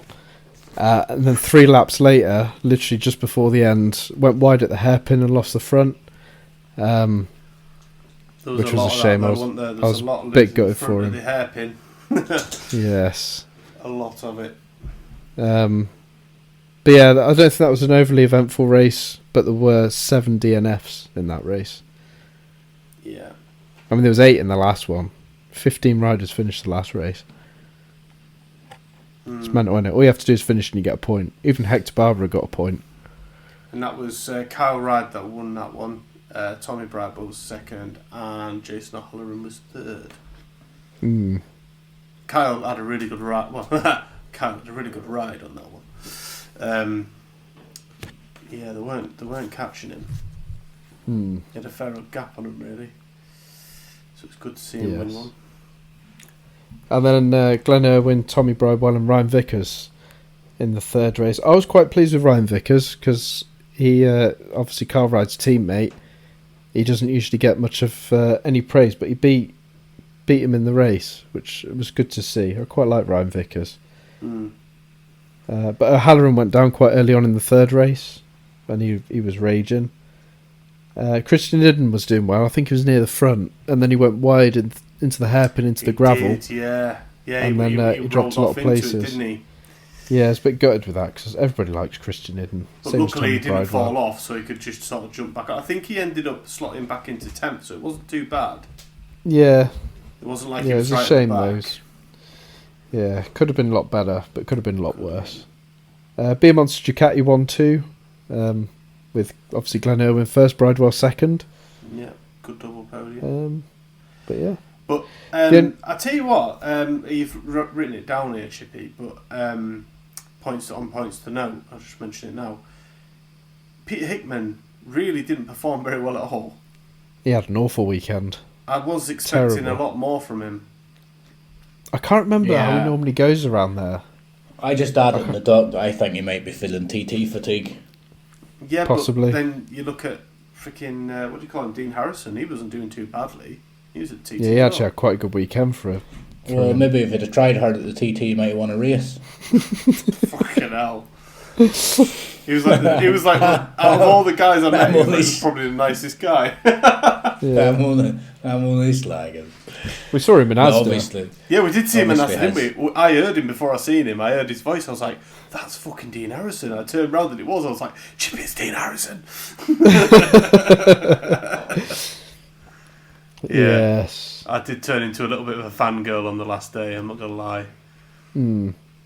But something I only found out earlier today was apparently Leon Haslam, he'd suffered a dislocated shoulder at some point. I don't know if it was before the weekend or during the weekend, but he was feeling the effects during the races, which I wasn't aware of that. Yeah, I wasn't aware of that either. But he didn't do too badly though, did he? No, he did all right. I mean, he's still waiting for his first win of the season, but he's still doing all right. He's basically Marco Bezzecchi in that sense. He's not really getting the wins, but he's consistent. What did you watch any of the other races? Like, yeah, we watched all of them at bar one. So we watched all the super stock and the Super Sport races, and even the Talent Cup. That was pretty good, actually. Talent Cup's amazing. Yeah, the Talent Cup's Talent always Cup. really good. It's always really good. Yeah, it was good It's to always watch. good watching it. It's like watching Moto3, isn't it? It's just Yeah. But every race was class. It was so good. And we had another. We had another question from Harvey. He's just asking you to rate the pilot in the stock 600. I think you might have mentioned it to me. Was that the one when in the group chat? I wasn't there? The 7 bike pilot or something. 6 yes, pilot. Ash was off to get an ice cream because obviously food is more important. I can't remember if it was ice cream or a burger. So food's more important. So he missed it. But yeah, I was sat on the hairpin where it happened. And I don't know who was involved, but I just saw one of the first ones. I think they almost high-sided, or they did high-side. And then there was like a rider a couple back. He then smashed into him, and it was just a big pile-up. I think it's like 7 riders went down in total. Was there oil in the track or something? Because usually when that many riders go down, it's because there's something on the track. No, it was just one went down, and then the other one tried to avoid him, and then somebody hit them, and it was just carnage. it was just like a, what do they call it? Like a chain reaction sort of thing. Yeah, carnage ensued. Yes, but yeah, luckily I think everyone was all right. There was one lad who went away in an ambulance, but I think he's all right. Who won the British Talent Cup? Who won it? Yeah. Yeah. Here we go. by. You're supposed No, you were there and you don't even know. Yeah. I think it was Emmanuel Brinton, Or- but I'd have to double check. Not only who won it, like how's that championship going? How's that looking? Honestly, not sure. I tell you what. Because obviously these young lads in the British Talent Cup, these are the ones we want to look out for in the years to come. So it's nice to keep an eye on them I'll and tell see you who's what going was where, nice, though. who's winning what championship. We walked past one of the team tents for the Talent Cup, and they'd still put Johnny Garness's big face up on the side of the tent with all the other riders. I thought that was a nice touch. Just so he's got a bit of a presence there. I mean, I was getting all excited. Like I was saying to Ash, I was like, we are looking. Some of these lads could be in Moto3. They could be in MotoGP one day. Whenever I was at Silverstone, I watched the British Talent Cup, and then I was just walking round, probably just trying to go between races to a different part of the track, and I passed Johnny Garness. And I tell you what, like I know he's only like 13 or 14, but I was a little bit like a part of me was like, oh, there's Johnny Garness. I was doing that a lot. A hell of a lot. I forgot to mention, this is going back to the MotoGP. I know I'm digressing back. I think it's just worth mentioning. Going back to the qualifying, this is after me saying the qualifying wasn't very exciting. The qualifying was so exciting. So, Yeah. so what happens was... Sorry, go ahead. Sorry, I was just going to say, so for the Talent Cup, the first race, Emmanuel Brinton won. Evan Belford and Sullivan Mounsey was second and third. Then the next race, race 2, Evan Belford won, Emmanuel Brinton second, Sullivan Mounsey third. And the third race, Emmanuel Brinton won, Evan Belford and Sullivan Mounsey third. So it was the same 3 riders. Yeah. So it's basically like World Superbikes, but on Moto3 bikes. Yes. But no, they're all very talented. There is some good talent actually this year. It's a shame Johnny Garness isn't there. Just going back quickly to that little bit with the MotoGP qualifying, because I just thought it was interesting. With the first crash that happened in Q1, Marquez had wrecked the bike. So he went out in Q2 and he crashed. And then they didn't think he was going to get the bike back. So his mechanics are just kind of standing around, not doing anything. He manages to get the bike back just with enough time to get out and do a lap. And the mechanics just don't know what to do. They haven't got the bits. So they just quickly start bastardising bits of Joan Mir's bike because they've just got it sitting there on display. They just start taking bits off his bike and throwing it onto Marquez's bike just to get him out. Yeah. Fair play to Marquez. I know he did crash a lot, but you put a bike under him and he's just like, I'll just ride it, and off he goes. Anyway, that was just another little thing that came into my head. I don't know where that came from. But I thought There's actually something which has just come into my head, which I forgot to mention in Moto 2. We are such a good podcast. I know. And it's how dangerous Jeremy Alcoba is. He's really... he always has been. He's always been, annoying people, but he caused that crash between Darren Binder and Bo Benschneider at the start of the race. And I think Benschneider ended up going to the medical centre, but he's dangerous, man. He's the one that John McPhee had that scrap with on the side of the track. But yeah, I just think he's a bit too dangerous. You think he's in the wrong side of yes He's you know, a bit too... There's trying, and then there's being careless, and you think he's on the wrong side of that. So it was quite funny when we were just going back to the BSB. So obviously when Charlie had his second crash, they were looking for parts for his bike, so they ended up stripping the superbike, Michael Dunlop's bike, so they had to took the tank off it and put that on Charlie's bike, so he had all his livery right, and then he had like the horns of the bull from the Michael Dunlop tank like slapped onto his bike. Was Michael Dunlop there? No, he wasn't. No, he. Ash sat on his bike though. I did. He got very excited. He was like, Vic, can I sit on Michael Dunlop's bike? I did. Yes. I was very excited to sit on that. I genuinely did a fangirl a little bit, especially when I seen John McGuinness, because you're allowed a pit walk. They do a pit walk at about 12 o'clock for 40 minutes, where everyone can come in and get autographs from the riders. And after the pit walk had finished, I saw somebody poked their head out to look to see if everybody had gone, and he walked out, and Vic said, "Oh, that's John McGuinness," and I was like, "Fucking hell, it's John McGuinness." As if you don't know who John McGuinness is. Well, no, because obviously I was looking at him at the time, poked his head out, and I just saw a head, and then I sort of went back to talking to Vic, and she was like, "There's John McGuinness there." And obviously they see him all the time, and I was just like, he walked into the factory Honda part, which was next to where we were, and I was just like, I'm seizing my opportunity here. Ran over like a little girl on my phone, I was like, "Hey, John, how you doing?" He was like, "Oh, I'm not so bad, mate. You?" I was like, "Can I quickly get a picture with you?" And he was like, yeah, no worries. And then I went back to them, and they were like, "You big girl." Well, after Ash got his ice cream, he didn't come back to me. He just sent me a message saying I'm back at the pits. I was like, "Oh, thanks for abandoning me."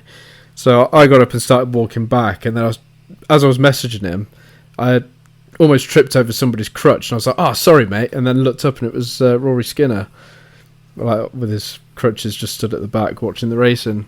I was like, Jesus. I didn't have the balls to ask him for a picture, though. We did both get ignored, didn't we, Chippy? Yes. Which we laugh about.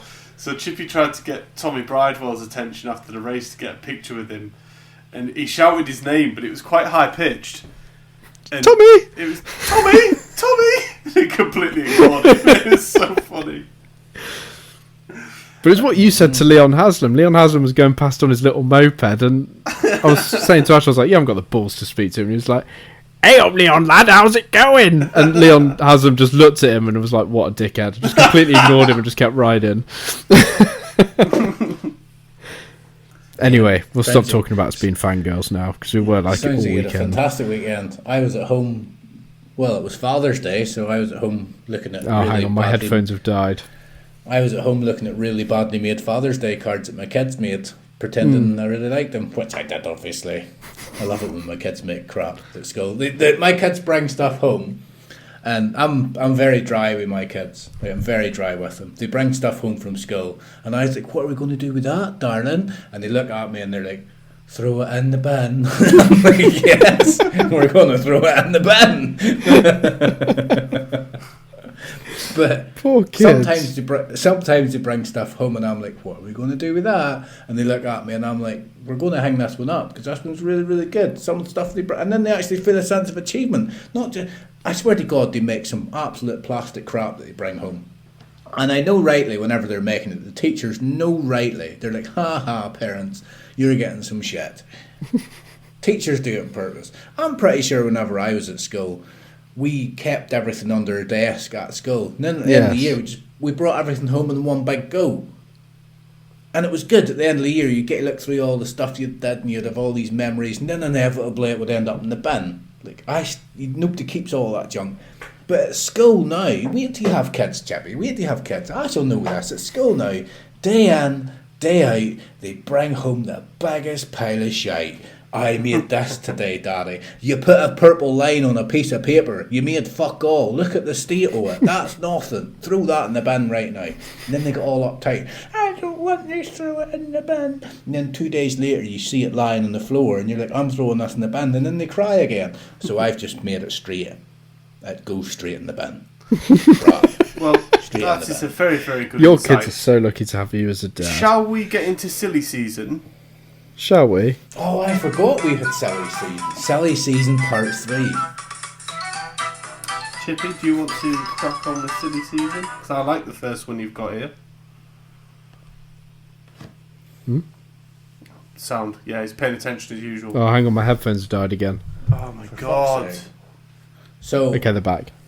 we'll probably edit most of this out, but just want to highlight the fact They're that not back. Chippy has obviously not. What's going on with these fucking headphones? Charged his headphones, and he's having some technical problems because his headphones are shit.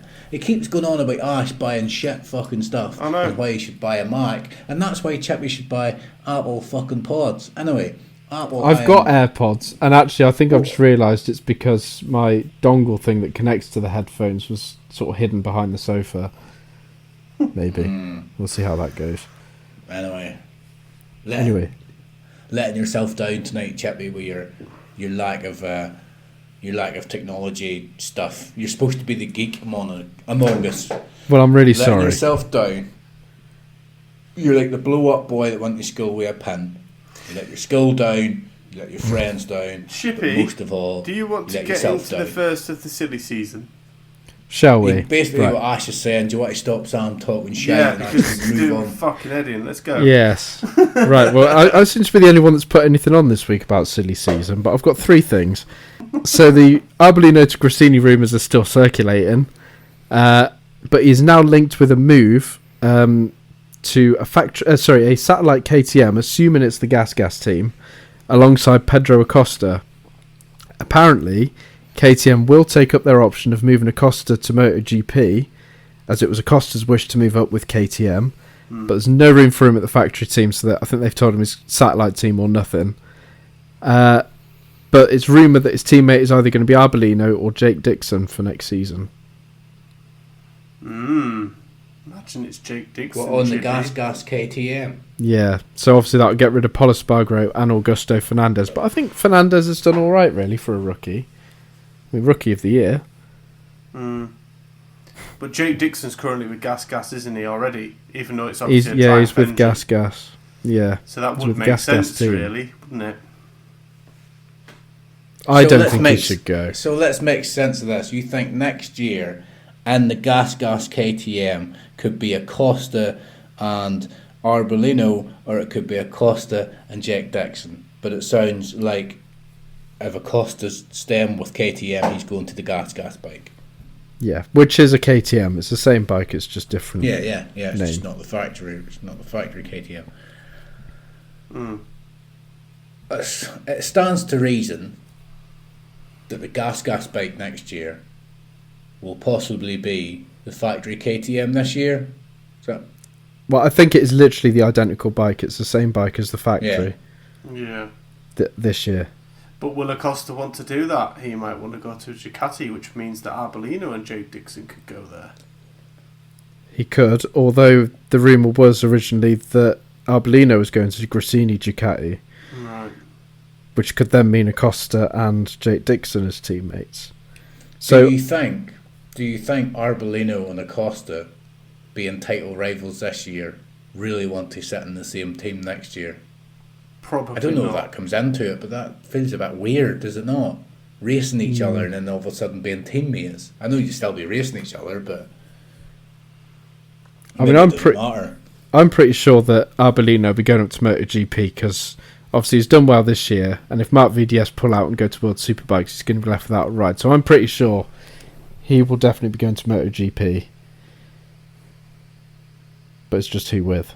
And Pedro Acosta and possibly Jake Dixon on the GP team. Would you rather see Jake Dixon stay in Moto2 and battle for the title, or go to MotoGP and finish like 15th every race? I'd rather him go to If that. MotoGP and show everyone what he can do on a bigger bike.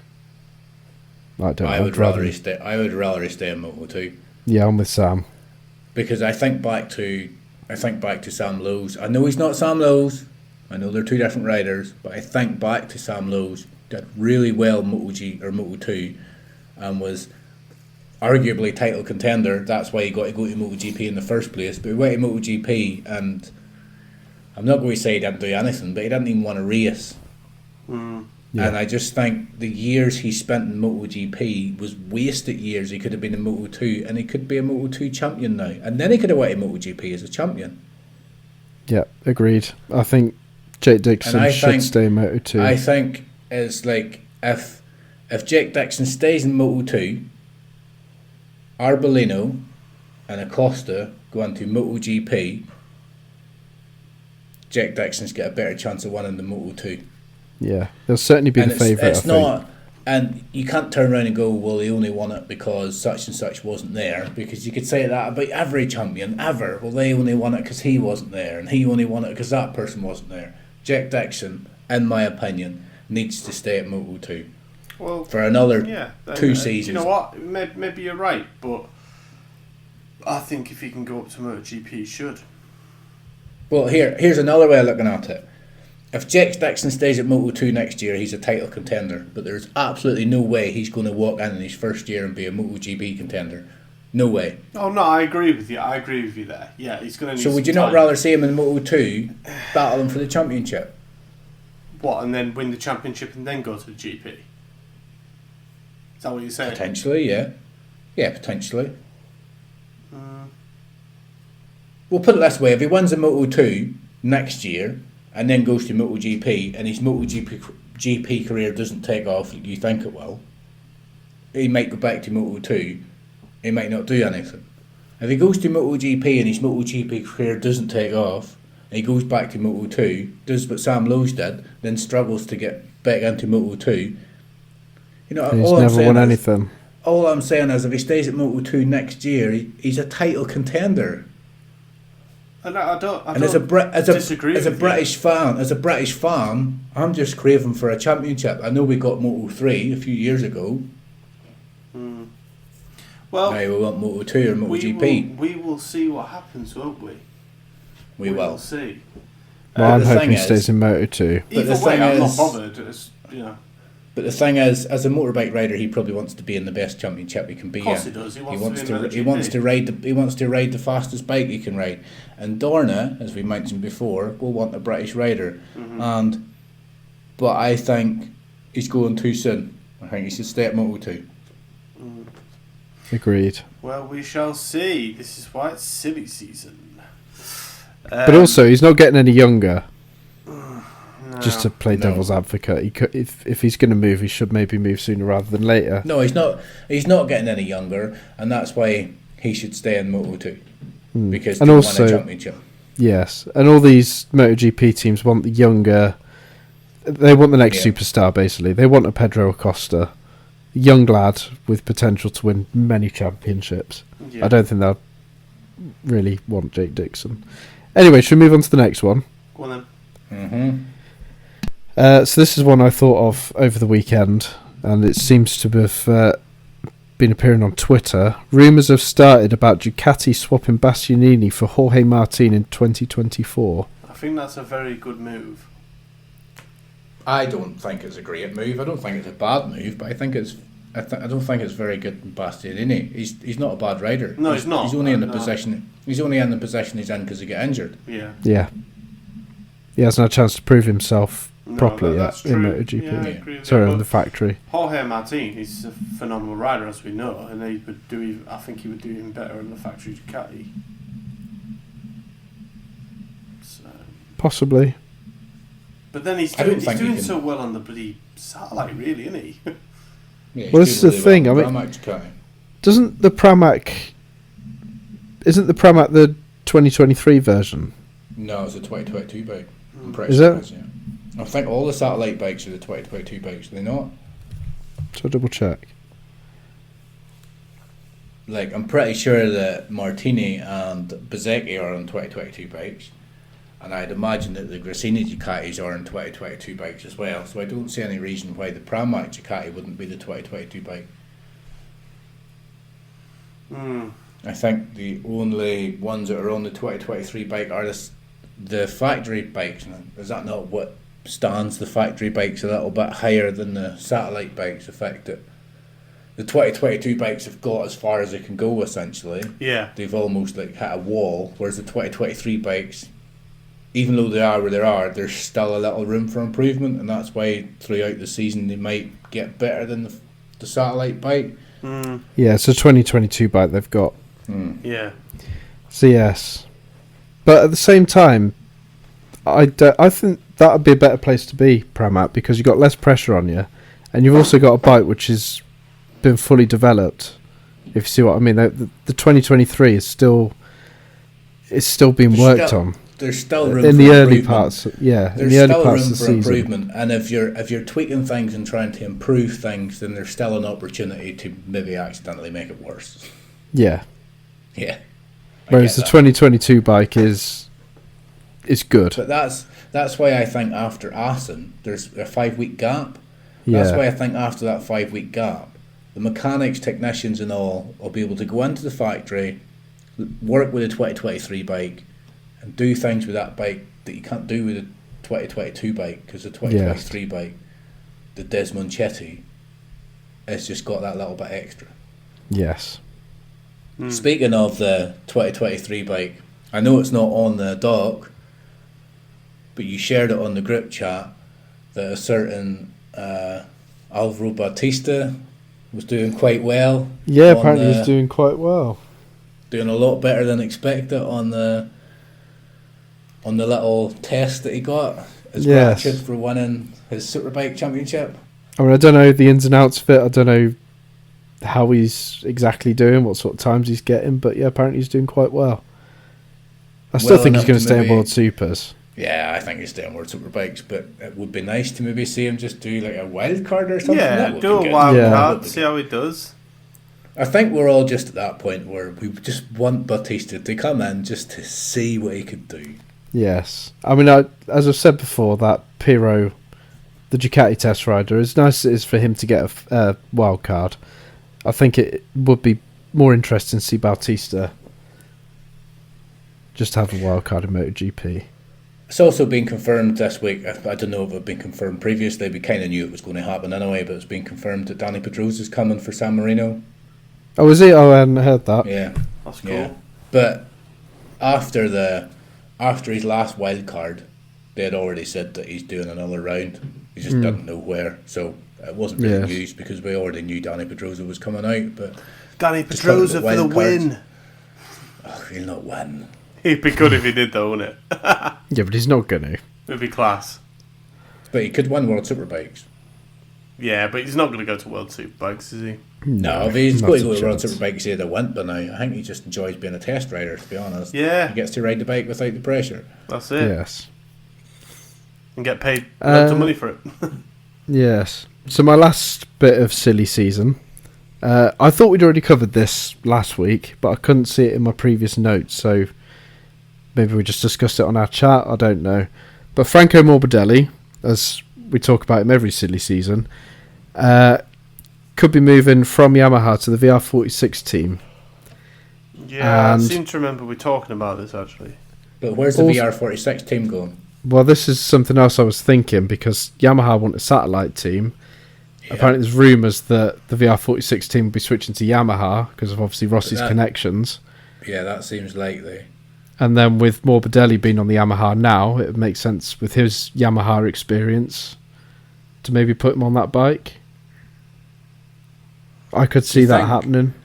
Do you think I know Valentino Rossi's got other things going on with his car racing and stuff, but do you think, is there a part of Yamaha that think if we've got Valentino Rossi on board, he could maybe come in and help us build a bike?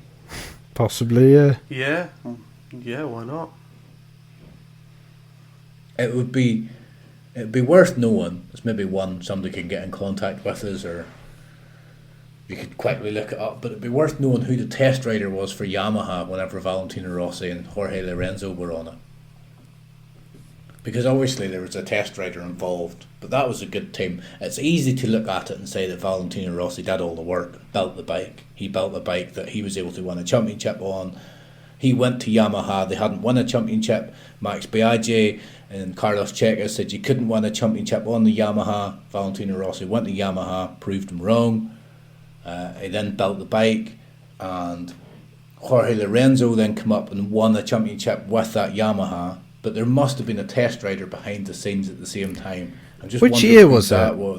Which year was it when they were on the... 2005, I'm thinking of that... Like the Fiat livery, whatever it was. Yeah, I like that livery. Yeah, Jorge Lorenzo joined Yamaha 2008.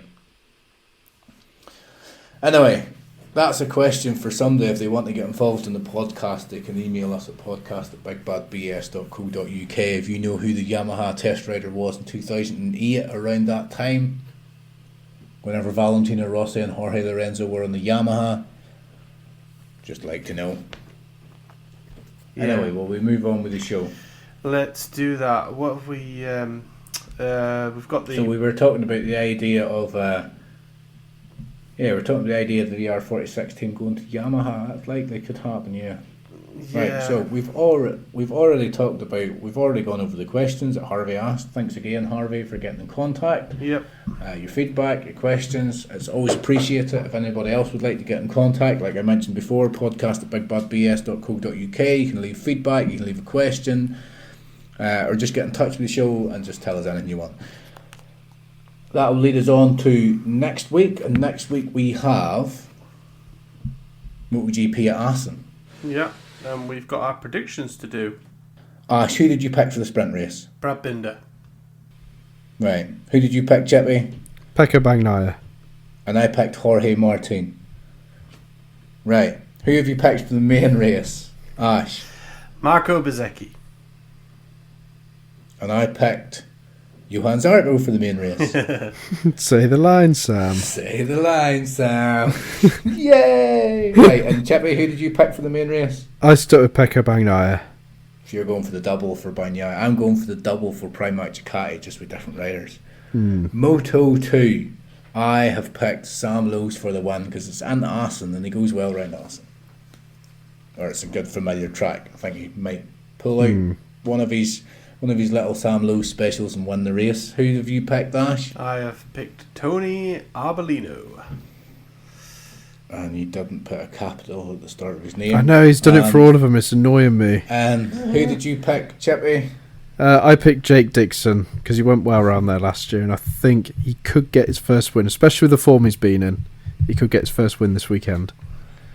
Ash, Moto 3, who have you picked?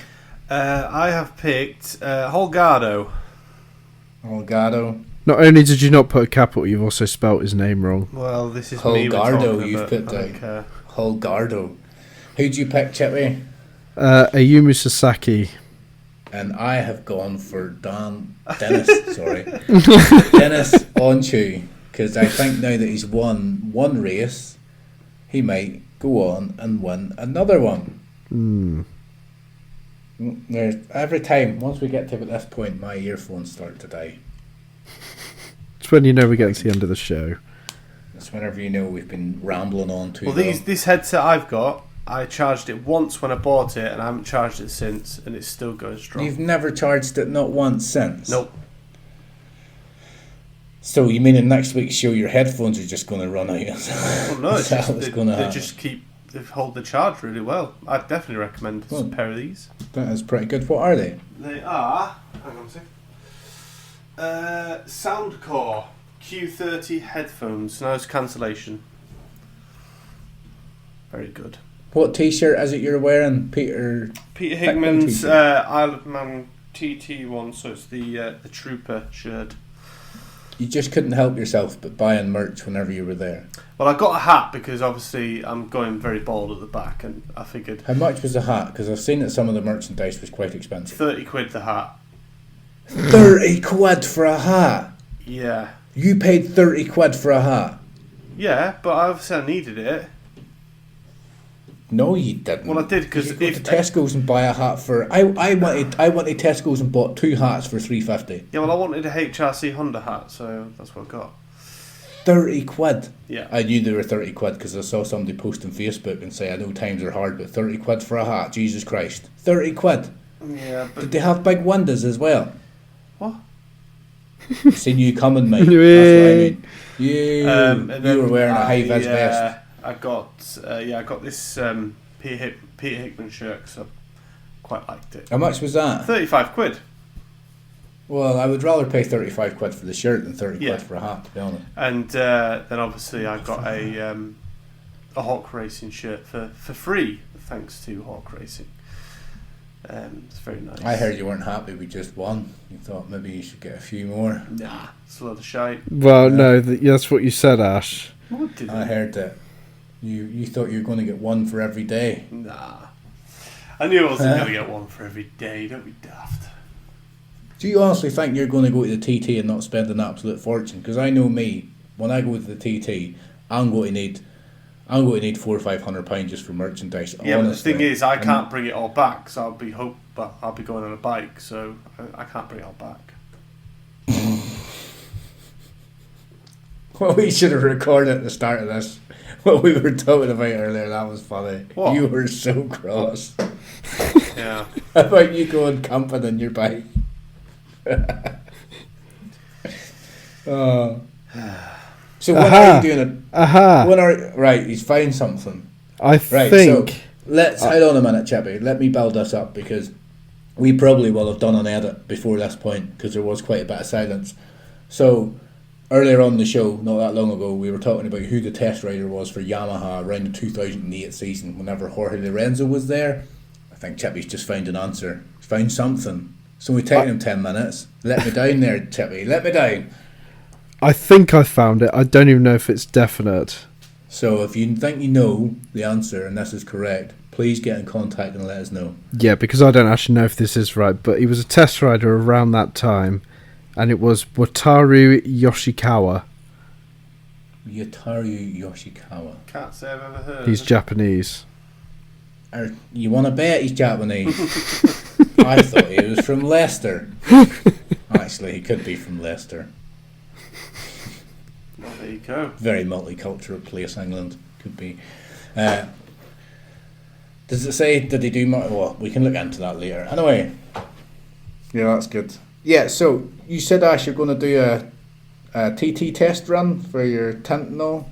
You got any ideas about when you're going to do that? I will do when I've got the correct motorcycle to do it on.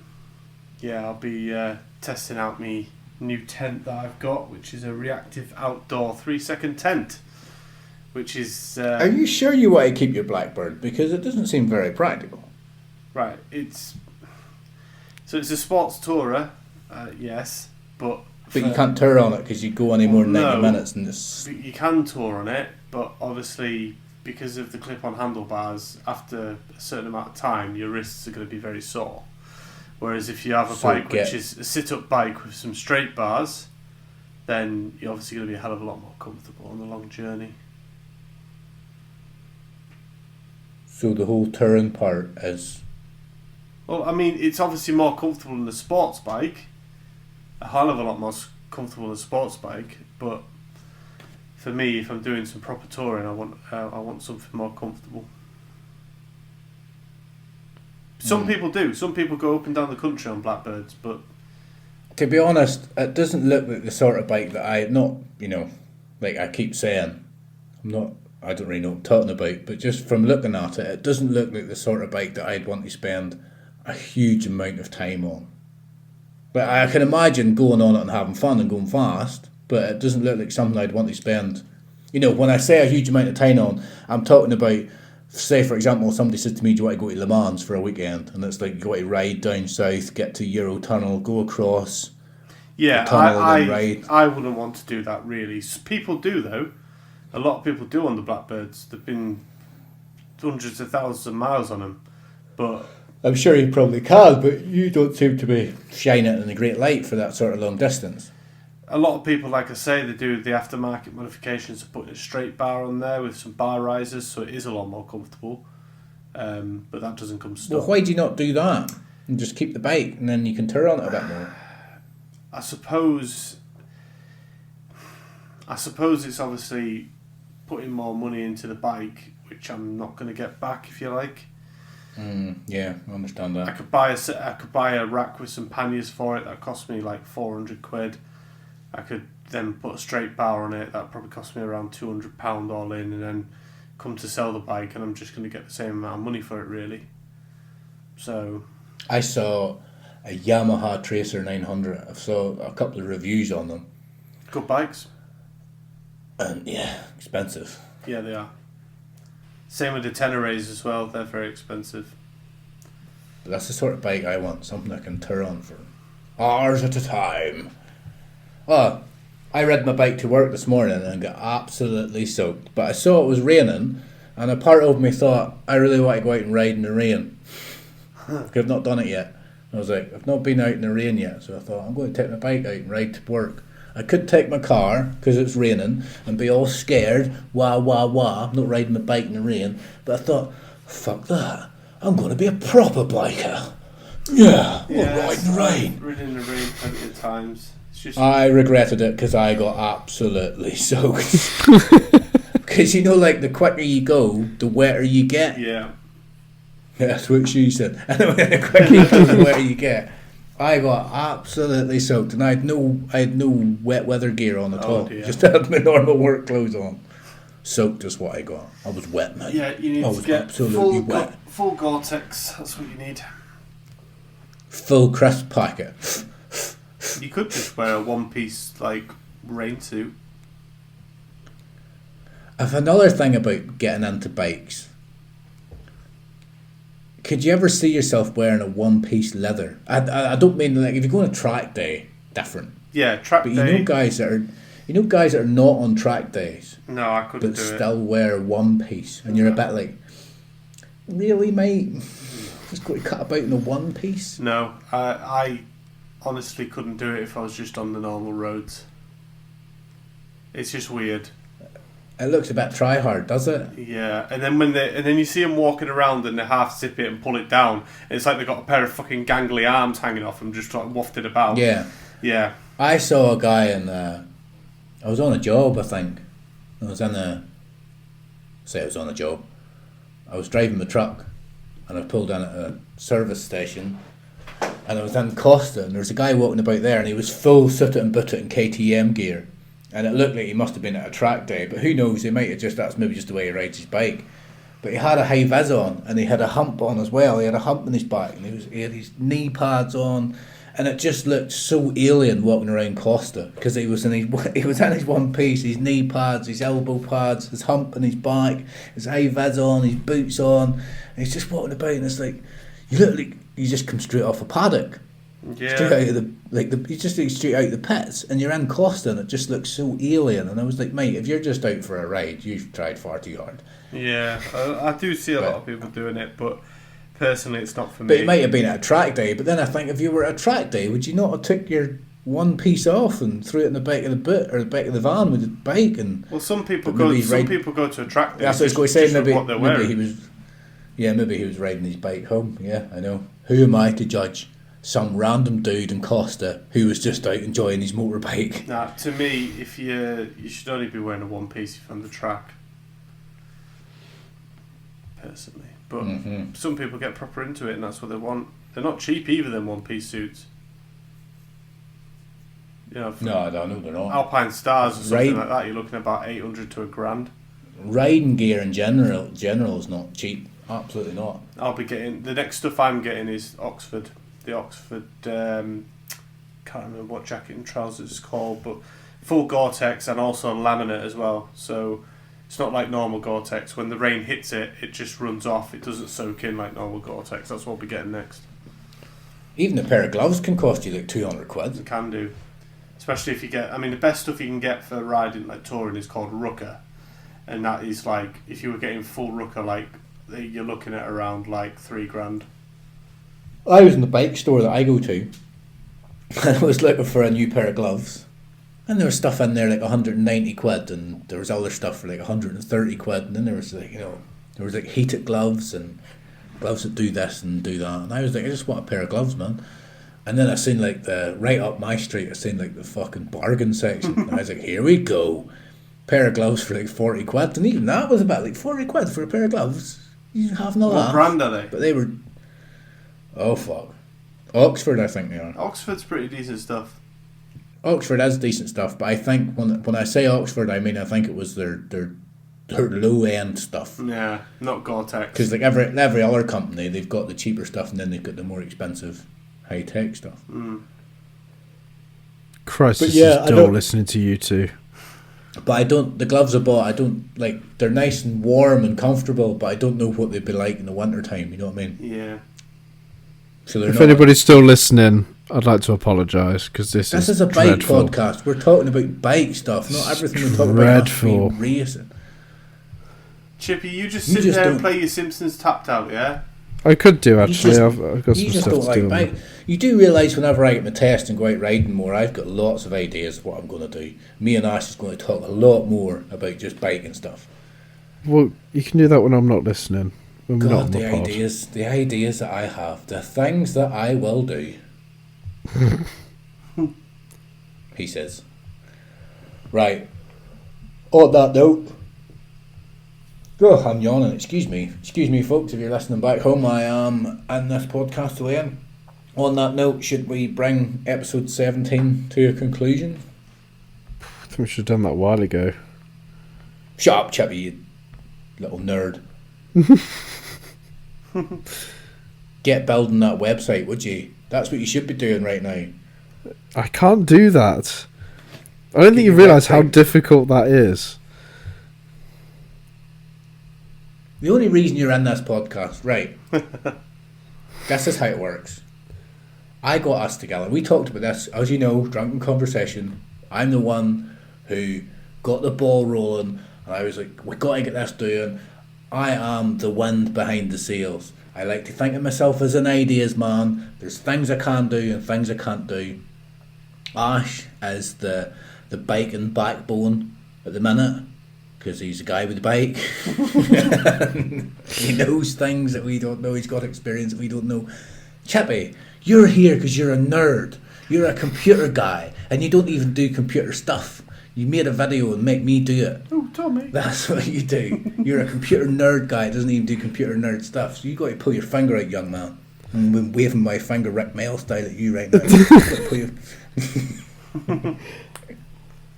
Yes. Right, anyway. Do you want to run through the socials, Ash? I would do, but for some reason I've been signed out of the doc on everything, and yeah. Right, I'll run through the socials then. Well, good idea. I'm sure the people listening to this podcast must just get fed up listening to me, just rambling on. I'm sure nobody's listening now anyway. Nobody's listening at this point. Right, so just Harvey. If you would like to email us, as I've already mentioned several times, you can email us at podcast@bigbadbs.co.uk. We are on YouTube, The Big Bad Bike Show. On Twitter, it's at The Big Bad BS.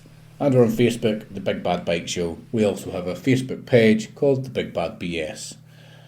You can follow myself on Twitter, it's at Supergasano. You can follow Ash on Instagram, it's The Up North Biker.